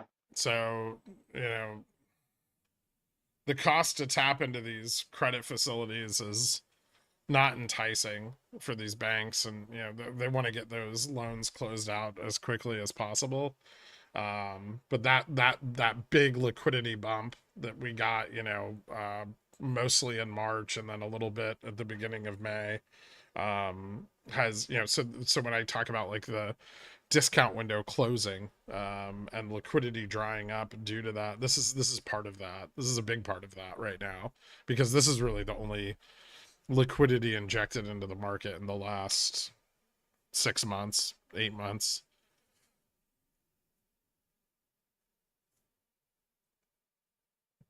And then, you know, money continues to flow into like money market funds, right? I mean, if we want to take a look at that, you know, we can see that here. This is, you know, retail money market funds.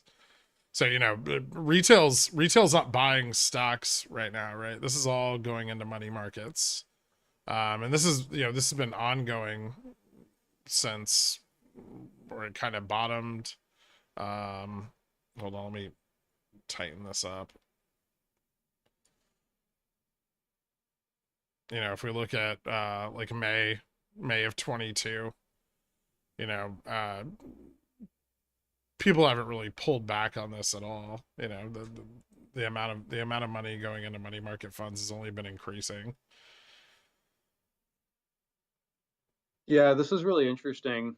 I mean, you know, you could say it is a good amount of deposit flight to money markets. But you know, this amount of money, I mean, it's significant, right? I mean, it's more than I think retail could just pump into money markets, you know, in a liquid fashion. You know, if I had a home with a 2% mortgage, right, and I had equity on it, or I had a 3% mortgage and I had equity on it, dude, I would definitely, actually, you couldn't even, like, there's no real arbitrage left anymore for that, right? So not even leveraging on your home can give you a profitable move into the money market. So like, this is, you know, I feel like this is definitely a, you know, a sector shift of its own, right? Uh-huh. And you know, and this comes into, you know, this actually has, like, you know, knock-on effects, you know, or it exhibits or illustrates the knock-on effects of an increased risk-free rate, right? And it shows that, you know, people are possibly using these money market funds to create replicating strategies that rely on having a balance in a money market fund that you sort of add to and withdraw from. Um, so, you know, it's interesting to see that effect, right? Especially when you look at, you know, asset levels and margin accounts. That was one of the charts I posted. Uh-huh. We were Poopy and I briefly discussed this the other night, but I've been watching this since, you know, early 21, and it's really topped out pretty hard. Uh, but you know, it hasn't quite gotten down to like around 20, you know, 19 levels or so. Um, but I feel like this is a decent proxy for, you know, how much leverage is sort of floating around in the system. So, you know, as this drops further and further, you know, you're basically seeing a drop in the amount of leverage sort of in the system, right? Or being used, the amount of assets being used for leverage. Yeah. So this sort of tells you that there has been a significant risk off since 2022, and it And hasn't that's really. this. Hold on, that's this chart, right? Yeah, that one. Yep. Yeah, this kind of shows you that people are taking assets out of margin, right? At a broker dealer level. So this is like big boys. Got up to like a half a trillion. Now we're at 330 billion, I think, something like that. 380 billion. Yeah. But the magic line is, I think, 300 billion. If we get anywhere close to that, like if this continues to go down, you know, that's it shows that there's been more risk off than growth, right? I mean, I But think in the shortest term, this is almost entirely risk off, since like early 2022, right? And it accelerated through the beginning part of this year. Yeah. Yeah. Definitely interesting. Something to keep an eye on. Security brokers and dealers. Yeah, it's Don't forget that a lot of that is from the Fed's first 0.75 increase as margin moved to foreign banks, right? yeah, this is, there's a lot of reasons for this sort of stuff, right? Um, so yeah, it's important to sort of consider what happened around those times. Um, but basically it's just been rate hikes, right? Yeah. Um, but this is also the sort of thing, like these sort of assets are also like MBS, stuff like that. So it's Well, going to be interesting. CMBS, MBS, Treasuries. Those are the big three. Yeah, if you like, yeah, exactly. If you have But you also have treasuries or like AAA tranche bonds and stuff like that are going to be used for the same, depending on the exactly. fund and how they choose to manage their core position. Right, yeah, it comes down to your risk profile, right? You're mostly going to put your low risk stuff, and if you're going to use it for margin, it's got Yeah. to be low risk, right? So treasuries, MBS, they're probably pulling CMBS out. I bet that's what it. Actually, yeah, I bet CMBS has been pulling out, but MBS, I think is being used still. AAA corporate, so your Google bonds, those kinds of things. Like your AAA tranches, yeah, that basically covers all that. And I don't think it's going to be like 2008 where the AAA tranches are going to fall apart, right? Unless they really didn't learn anything and kept packaging up, Well, they're not going to not fall core. apart when they're selling them for 50 years. Yeah, it's true, right? Yeah, yeah. But yeah, I don't think the AAA tranches are in any danger, um, unless like Meta gets downgraded or something. Then that'd be Yeah, look at imagine selling fucking 50-year bonds on a 25-year-old company. The Yep, hubris yeah. is unfucking believable. I think it was just to try to get out of some APR Yeah, personally. yeah, it was. Uh, but it's definitely interesting. I don't think that Meta's really in a good spot. They're trying. The thing is I see it as a desperate grab for liquidity. If you're pulling, that fucking rabbit out of the hat, like I feel like that's a warning sign. Sure, it's a 50-year bond, so they're trying to signal we're going to be around for 50 years, but what they're really signaling to me is we want this money and we're willing to go in debt for 50 years at this rate because we want it that bad. Yeah. And we went 50 because that's the lowest rate we could possibly conceive without, outpacing the lifetime of the individuals who are buying these bonds. Yeah. It's not a good look in my opinion. But they did it. They have no shame about it. So whatever.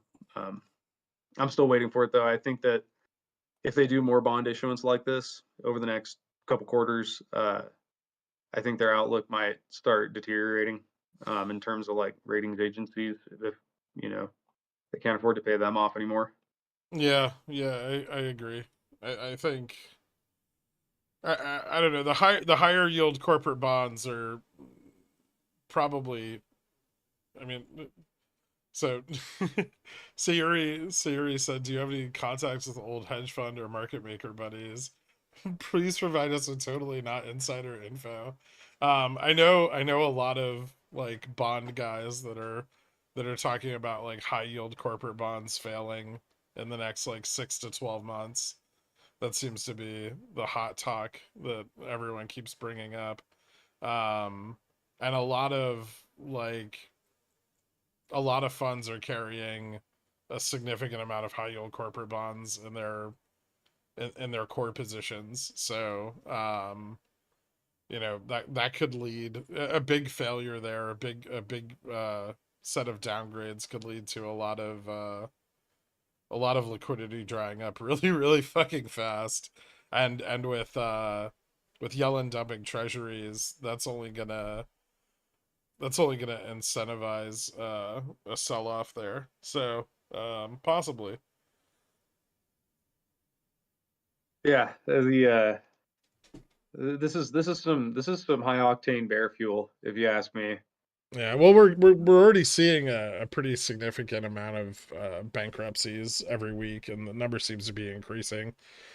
So, Yeah, I have feelings. I know you don't have to have margin to trade verticals. You just need cash. It depends on the broker, but some brokers you only need cash to trade verticals. You can't trade diagonals, but you can trade verticals.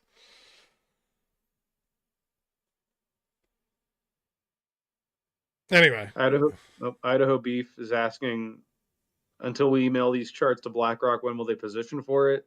I mean, they are. I think that's what people don't Yeah. understand. It's like all of this shit going on behind the scenes. This is what they're positioning for. These are the intrinsic failures of the macro environment, and that's why we're up. Here, this is a. Hold on. You keep talking for a second. I've got a good example. Okay. Yeah, BlackRock is positioned for it. That's what I was gonna say. Is what makes you think they're not?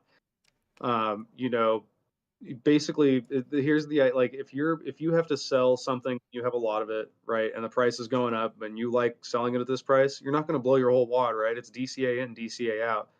Especially if your wad is big enough to signal, right, to people that someone just sold a shit ton. So what you do is, especially while the price is rising, it's great, right? And I'm just talking about like maybe calls or long positions, synthetic long, entering into short positions, same thing. When you're entering in, you're getting lower and lower prices, so you're averaging down your position over time. And then, if you're trying to exit a position, right, into rising prices just a bit at a time, it's great because you're averaging up your exit price, which is, you're realizing more profits. So you want to keep this going for as long as you possibly can, until at some point the music stops, and then you just kind of rush for the door, and you hope that your order flow is the best. Yeah, and this really highlights something that has gone on in the market for years, and I know a lot of you guys don't like follow Wyckoff, but one of the basic principles of his ideology was the law of effort versus result, right? And it provides an early warning of a change in trend in the future, right? Because divergences between volume and price generally signal a change in direction of the price trend, right? So Wyckoff did price analysis, price and volume analysis versus, the other forms of like Dow's forms of technical analysis, where you were looking for specific trends and stuff, or like technical trends. And I guess I have a couple pictures here. You can look at the Wyckoff price cycle, right? And you have this markup, right? And then you have a distribution period where volume declines but prices remain elevated, and that eventually leads to what he considered a markdown, right? And if you look at a distribution cycle here, well, let me zoom out. This is very similar to what we're seeing out here on SPX, for example, right?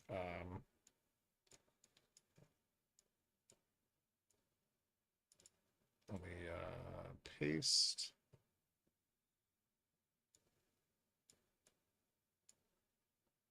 And then, how do I make this less transparent? There we go. I think it's settings. Yeah. There we go. I got it. You also got the big one still up over the top. Yeah. So if you're looking at it like this is like very distributive. Hold on. Try to match the scale here.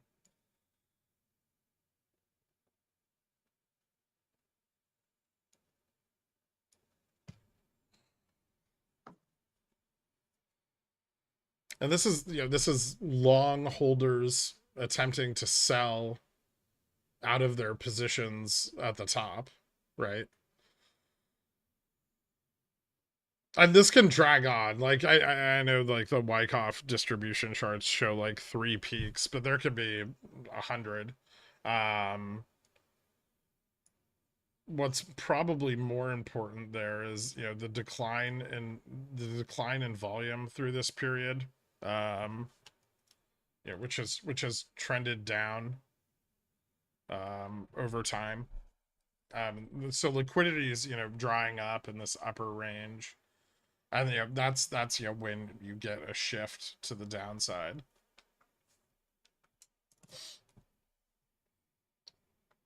Is, once they've sold out, then there's nothing holding it up anymore, and then supply begins to increase rapidly. Right. And it's also, I mean, Wyckoff also is, demonstration of risk profile because, a classic portfolio manager reduces risk into profitability and then increases risk, at discounted rates, right? That's kind of, and so that's kind of what's happening and why you get these distributive spots, and why we trade in these channels, especially, these long drawn out sort of moves up. It's just people slowly reducing their risk, right? And then some people increasing their risk. It's just trying to find equilibrium at this point, right? Versus when you see big risk on and risk off, that's just, that's different. But these distribution phases are really, really cool. Yeah, they're pretty reliable. I mean, Wyckoff had some great ideas that have withstood the test of time. Not all of them are great. I personally don't like the composite man theory, but some of his price analysis is still valid today. I mean, and it's valid on every asset, whether it be GameStop or the S&P 500. It holds up, provided the volume profiles are in line with expectations. Yeah, it's a cool sort of measure of the psychology of the market, right? Yeah. Where what levels the market is wanting to, reduce its risk, where it wants to increase its risk. There's definitely like certain levels where a large, swath of asset managers want to increase their risk or decrease their risk, and we see it play out. It's really cool. I mean, Nvidia is a great example of it, actually.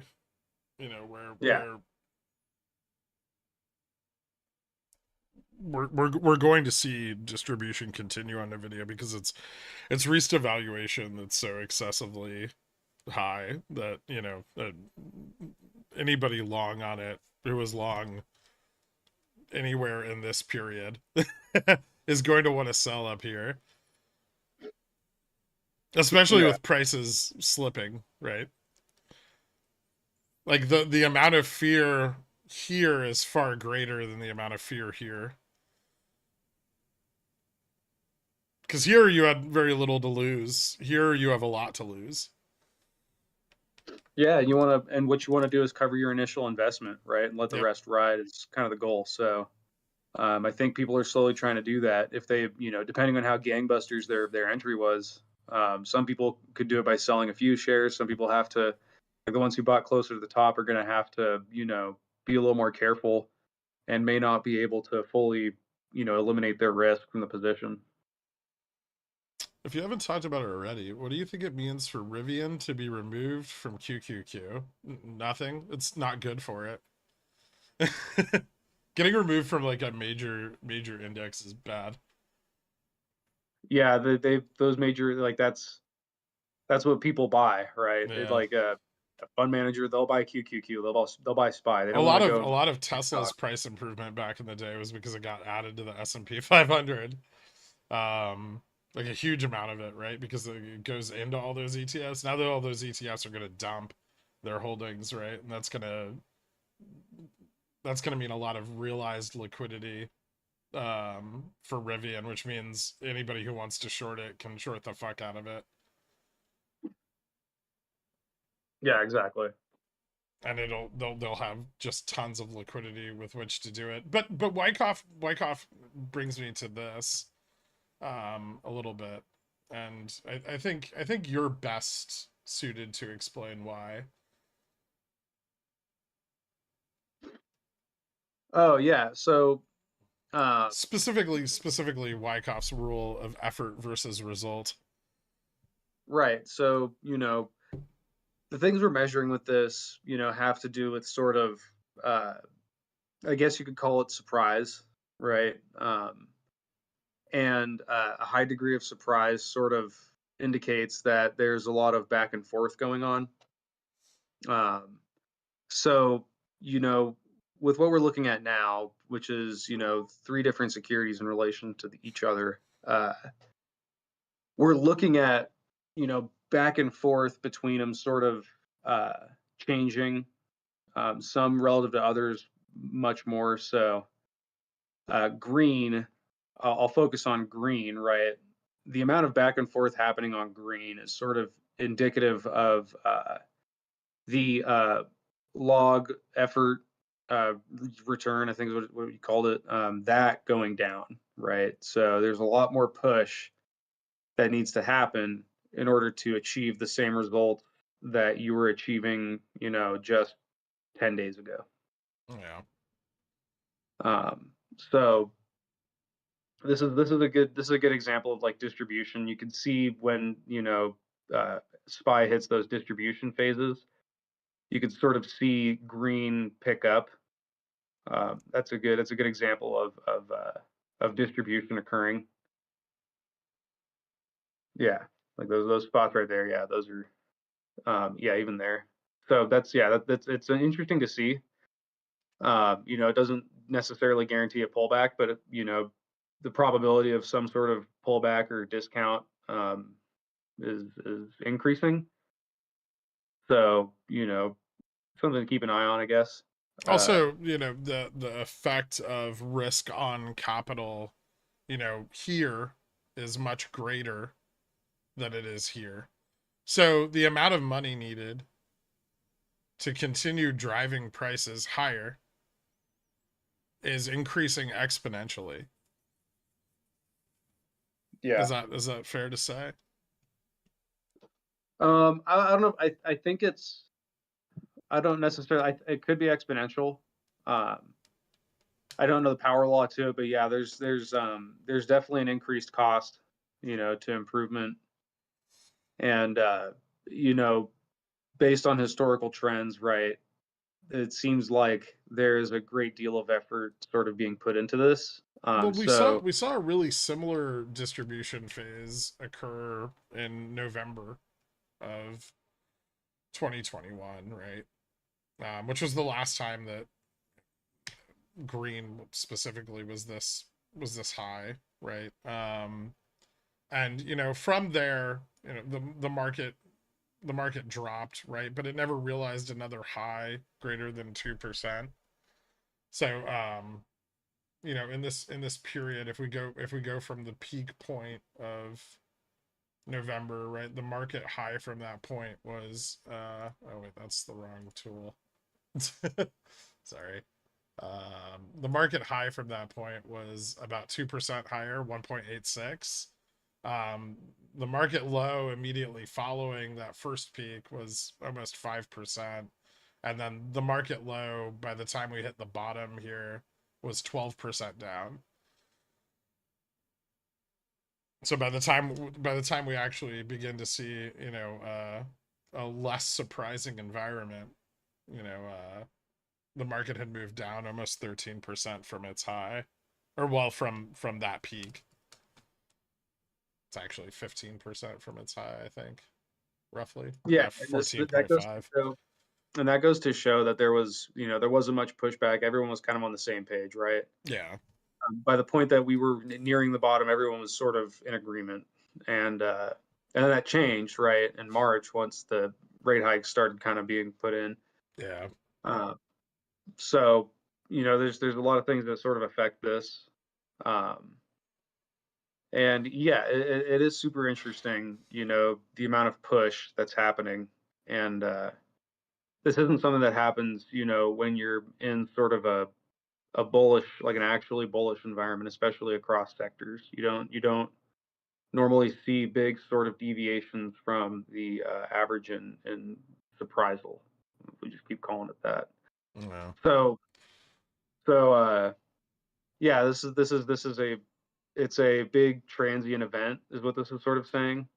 And there's big money being pushed into it. I think we can all just sort of come to that conclusion just by looking at the price. Yeah. I mean, it's all driven by overvalued tech and not like financials, So I'm not necessarily like super stoked on this, right? Because financials are really, really fairly valued right now. By and large, they're really looking pretty good. The Yeah, thing the is that financial everyone's sector's still done worried. pretty well. I just think everyone's actually still worried about contagion risk from the credit market breakdown. That's really From my the monthly, yeah, financials have done mostly well across the board. Fintech doing a little worse, but What about year to date? uh Can you get that? yeah. Meta's up 115%. Yep. After their as Kramer put it, thesis changing earnings, where they were just burning through their cash. Now apparently it's okay again. Yeah, right. But you look at the financial sector, it shows market weakness, right? I mean, there's only a few things that are really up year to date, and they're all significantly outpaced by tech Yeah. and chip makers. So it's I think there's still a good degree of fear on I think there's still a good degree of fear about a potential degradation of the credit market, contagion risk there. Mm-hmm. But that only means that credit standards are going to tighten further. And if that happens, then that's bearish for the rest of the economy. And even these large tech companies are going to run into growth. So some hurdles in growth they're going to have to overcome, especially in higher APRs on their debt. Yeah. Yeah, I agree.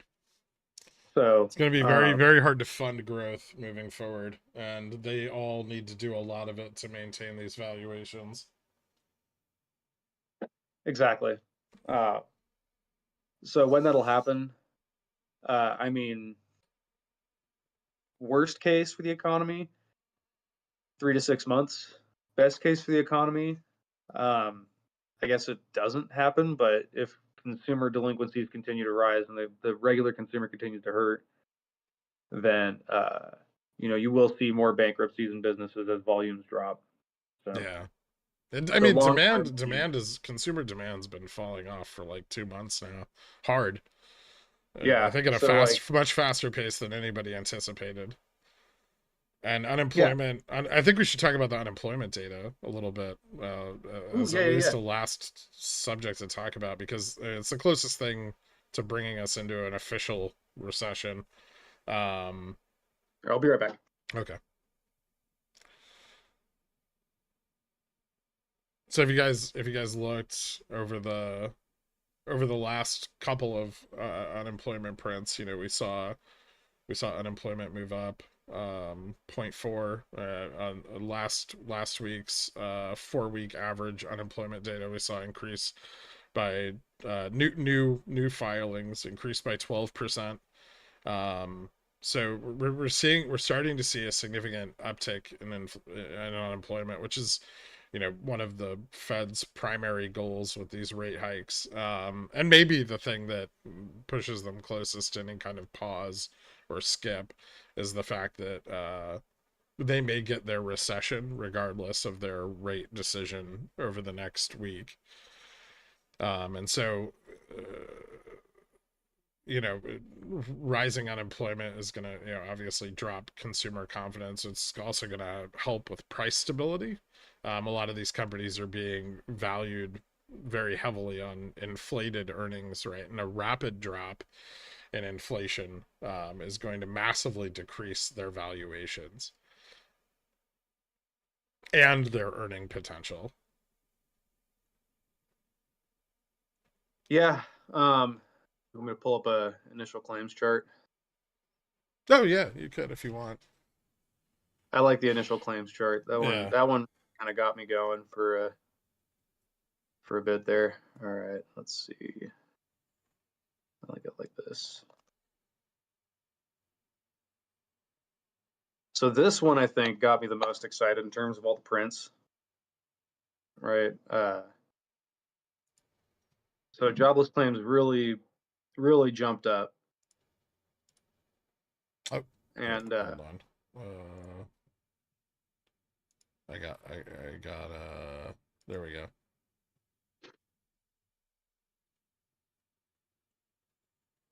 Yeah, this chart's hard to scale. I might get it on Fred really quick, actually. If I can sort of filter out 2020, because that just sort of ruined everything. About to hear. I don't know if the word excited for an increase in jobless claims is a good look.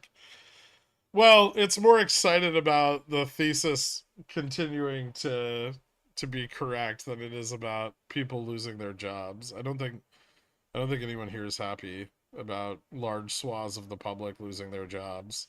Yeah, I was sorry. Yeah, excited it's mostly purely for the academic. Yeah. So, if this really plays out, sort of like the pandemic played out for how all of us sort of were expecting, who were kind of in the markets or hanging out outside the markets while it was sort of playing out at the beginning.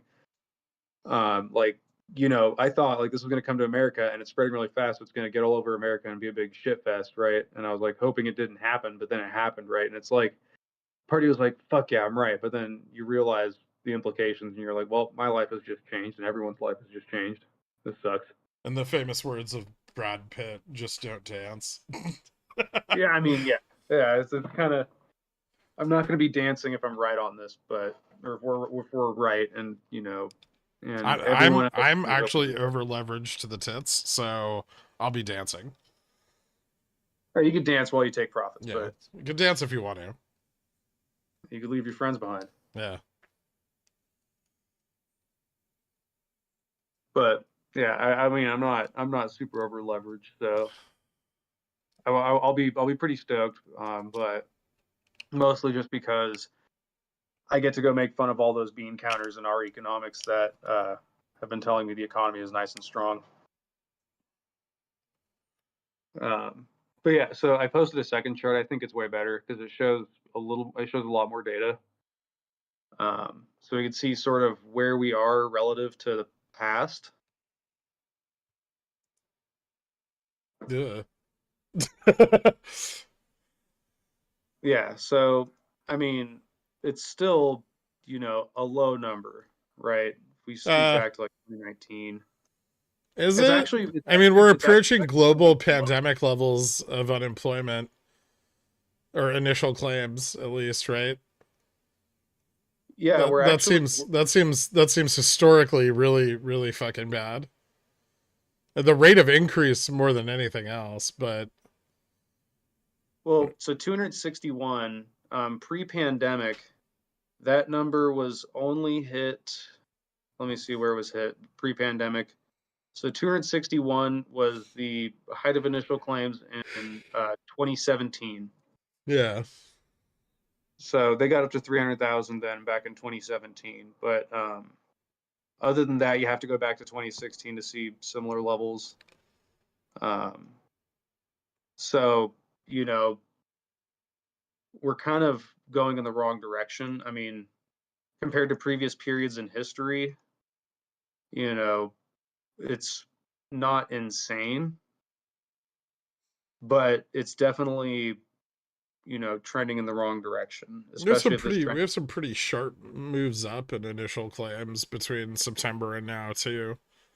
This isn't the first fast hike in initial claims, and they haven't pulled back very much except at the beginning of January, when we all got kind of bullish. It doesn't paint a picture of the labor markets remaining strong, which I think is the cornerstone of the bull case, besides, you know, greater fool, is that the labor markets will persevere and, uh, you know, pull us out of this somehow, through immaculate disinflation. But I don't see the case for the labor markets. In fact, I think they're getting worse, and they're getting worse much faster. And I think we have a much higher sensitivity to changes in the labor market as well. Well, yeah, because I mean, so much of it underpins so much of the core thesis driving the market, right? Like for Yeah, anybody it's pretty for much the anybody entire thing. truly long the market, their case heavily depends on labor remaining strong, even with the federal hikes in place, or at least the hope that the Fed will pull back in order to keep the labor market strong.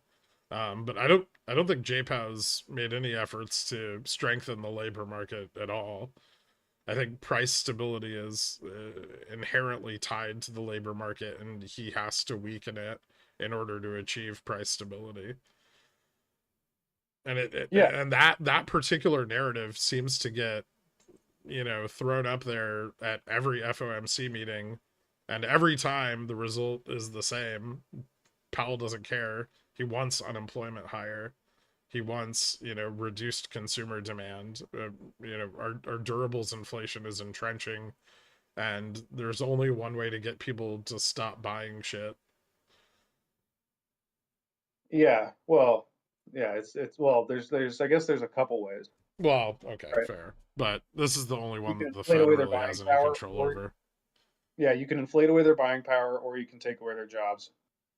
But inflating away their buying power means wealth destruction on a massive scale, right? Yeah, on a global scale. Yeah.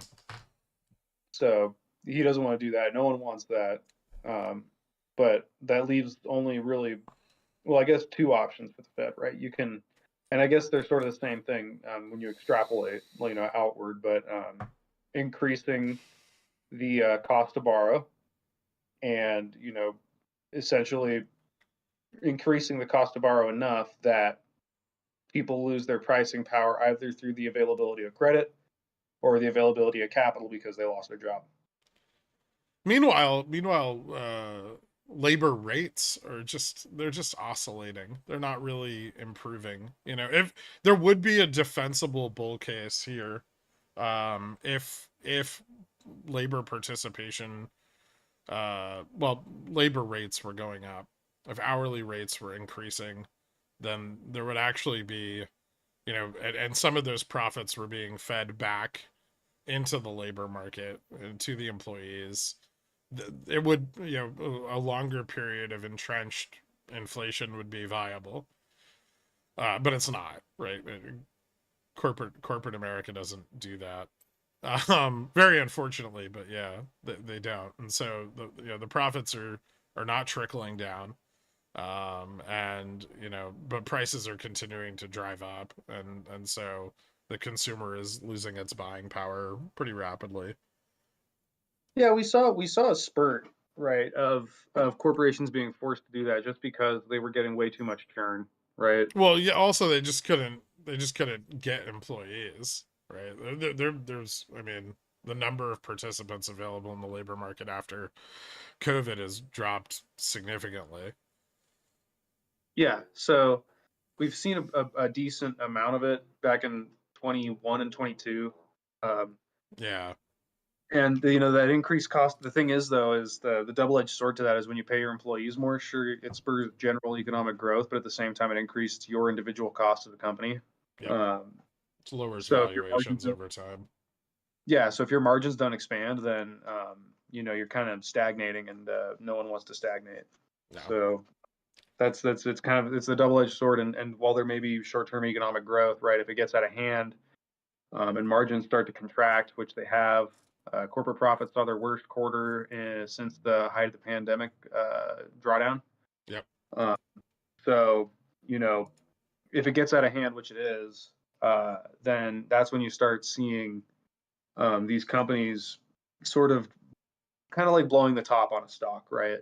Uh, their costs are getting way out of hand. They need to cut back on spending, And that's why you see these big layoffs of these large, tech companies. You saw them earlier. They were sort of, in a way, selling the top, right? And cutting back their costs significantly. But the idea of having these massive brain trusts, I think, may start to evaporate, or at least in some sectors. Some companies are going to start sort of trimming the fat on how many just people they keep around just to be smart. Yeah, and if we look at operating margin and YRI forecasts, right? Hold on. I think I have this saved. There it is. We can see that the S&P has continued to underperform profit margin forecasts. Both for 2023 and 2024. So the price of the index is going up, but the value within the index is continuing to fall.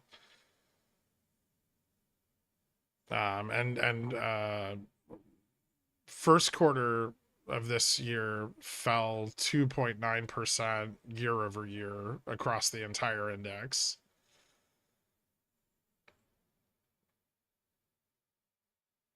Which is, if you used S&P as a gauge of recession, it's been in one since 2021, and it's currently on track to fall below Q4 profit estimates, because we're still seeing contraction in profit margins across the board.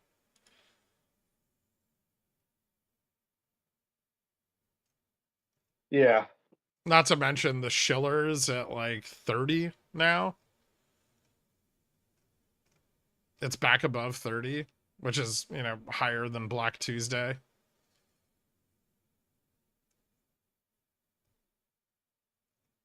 So, everyone's like, oh, this is going to be the roaring 20s. Like, this is more like the end of the roaring 20s. Yeah, why would you call it the roaring 20s? That's a terrible thing to be in. I've heard it a lot. Well, the roaring 20s it's because of Burry's thing. Like, everyone's buying the dip, right? Harder than they have since then. But valuations are actually worse than they were. They're even more overblown than they were during the roaring 20s. Yeah, I mean, during the roaring 20s, having like a PE of 5, I think, was like nuts. Yeah. Now we got multiple companies across all the indexes trading at, PEs of 180, 200. Yeah, it's one of the things that I keep in the back of my mind when I watch the market pump, right? It's purely just I see a big candle on QQQ and then SPY follows, and then I look at what the big candle was, and it was just someone like buying a shitload of Tesla or Microsoft or just one of the companies. You pick one, throw a giant stack of cash on it, and everything goes up, right? And right now, Apple and Microsoft are 15% of the S&P, with the rest of tech at 25% of the index. And on unsustainable profit margins and unsustainable forward PE. I mean, if we move down to like 17, like the average is about 17 times earnings, right, for S&P historically. That puts us at like 3,300, 3,400 on the index over time. Yeah. And that's a high valuation. That's like a bull market. Yeah, best case I see for this is almost like a lost decade scenario, right? Where pricing just kind of sort of stagnates as earnings sort of match growth. Well, it's like the Fed has done what a moderate amount to try to prevent an extended recession, right? And extended earnings contraction. But like participants have just ignored that now at this point. And participants are ensuring that, we get an extended period of contraction in valuations, right? So it's, despite JPow's moderate efforts, the market has said, fuck this, and done it anyway. Yeah, well, yeah, the markets have refused to price in, growth headwinds, at least in some sectors. Like they're definitely pricing it in banks, right? And that's why they haven't really grown that much. To a But degree, yeah. Yeah. I think banks are actually maybe a good value buy over the I, next few months. Especially if we get like another big failure. I think there's going to be some good opportunity there. You have to be really diversified because there's so much risk, but there's yeah, I definitely mean, in some that case, opportunity. even just the ETF in those cases, right, is a great choice Yeah, because yeah. you'll get broad-based recovery and you won't have to pick the stock to do it. If you want to be a stock picker, then you can. But when there's widespread panic in the banking sector where everything's selling off, you don't want to try to catch the falling knife, because at that point that's fear of contagion, right? It's sort of what happened to the banking sector when SVB collapsed. There was real contagion fear for at least a couple days. Yep. So it's way better, I think, to just take a look at some ETFs that, like, maybe you think regional banks or big banks are going to be better. There's ETFs that cover those. So dealer's choice, but I think they provide you way better exposure. Those guys spend all day picking a giant basket of these stocks, and they'll have you covered with literally everything. Gert could have full port US 10-year and take off the decade. No, there's a lot of opportunity in a recession. Hold on.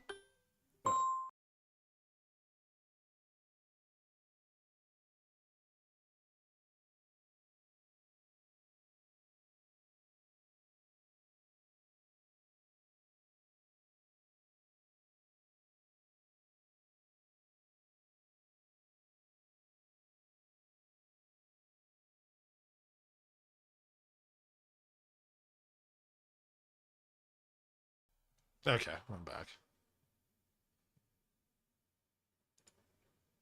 Hello? Is Dork dead?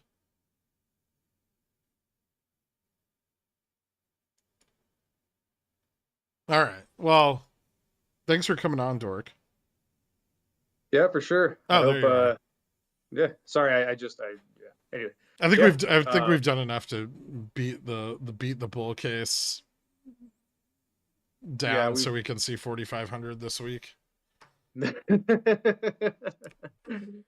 Yeah, there's multiple data points. Like, all you have to do is just think about what's going on, and then you can look at those spots and see what you're thinking is going on. Tells you enough. There's some points that everyone's hanging on to because they're popular, right? But those are like almost the most lagging of indicators. So we'll see things like GDP and stuff turn over eventually. But Yeah, first you're gonna see. GDP so far for this quarter has not looked good. I Looks don't expect the okay. final print of GDP to be any better. Yeah, it looks all right. Yeah. Well, on some fronts it looks all right, but It's pretty K-shaped. yeah. So yeah, I mean, it's the theme is it's K-shaped everywhere, and that's unsustainable. Consumer's the backbone of the freaking economy, and the consumer's not doing so hot. So we'll see how it plays out over the next 6 months. Yeah, it's gonna be fun, or it's not, but we'll see. This week's got just about everything hitting the fan at once. So if there's an opportunity for surprise, the level is high. Yeah, I'm looking forward to this. All right, guys. Thank you so much for tuning in, Dork. Thanks for coming on, man. Always appreciated. Thanks for having me. I will. If you guys have any questions, you didn't get them on the stream, hit me up on the Discord. I'll try to answer them. I should be around today. I'll have Pickles picks out tonight. And thank you guys so much, and have a good evening. Later.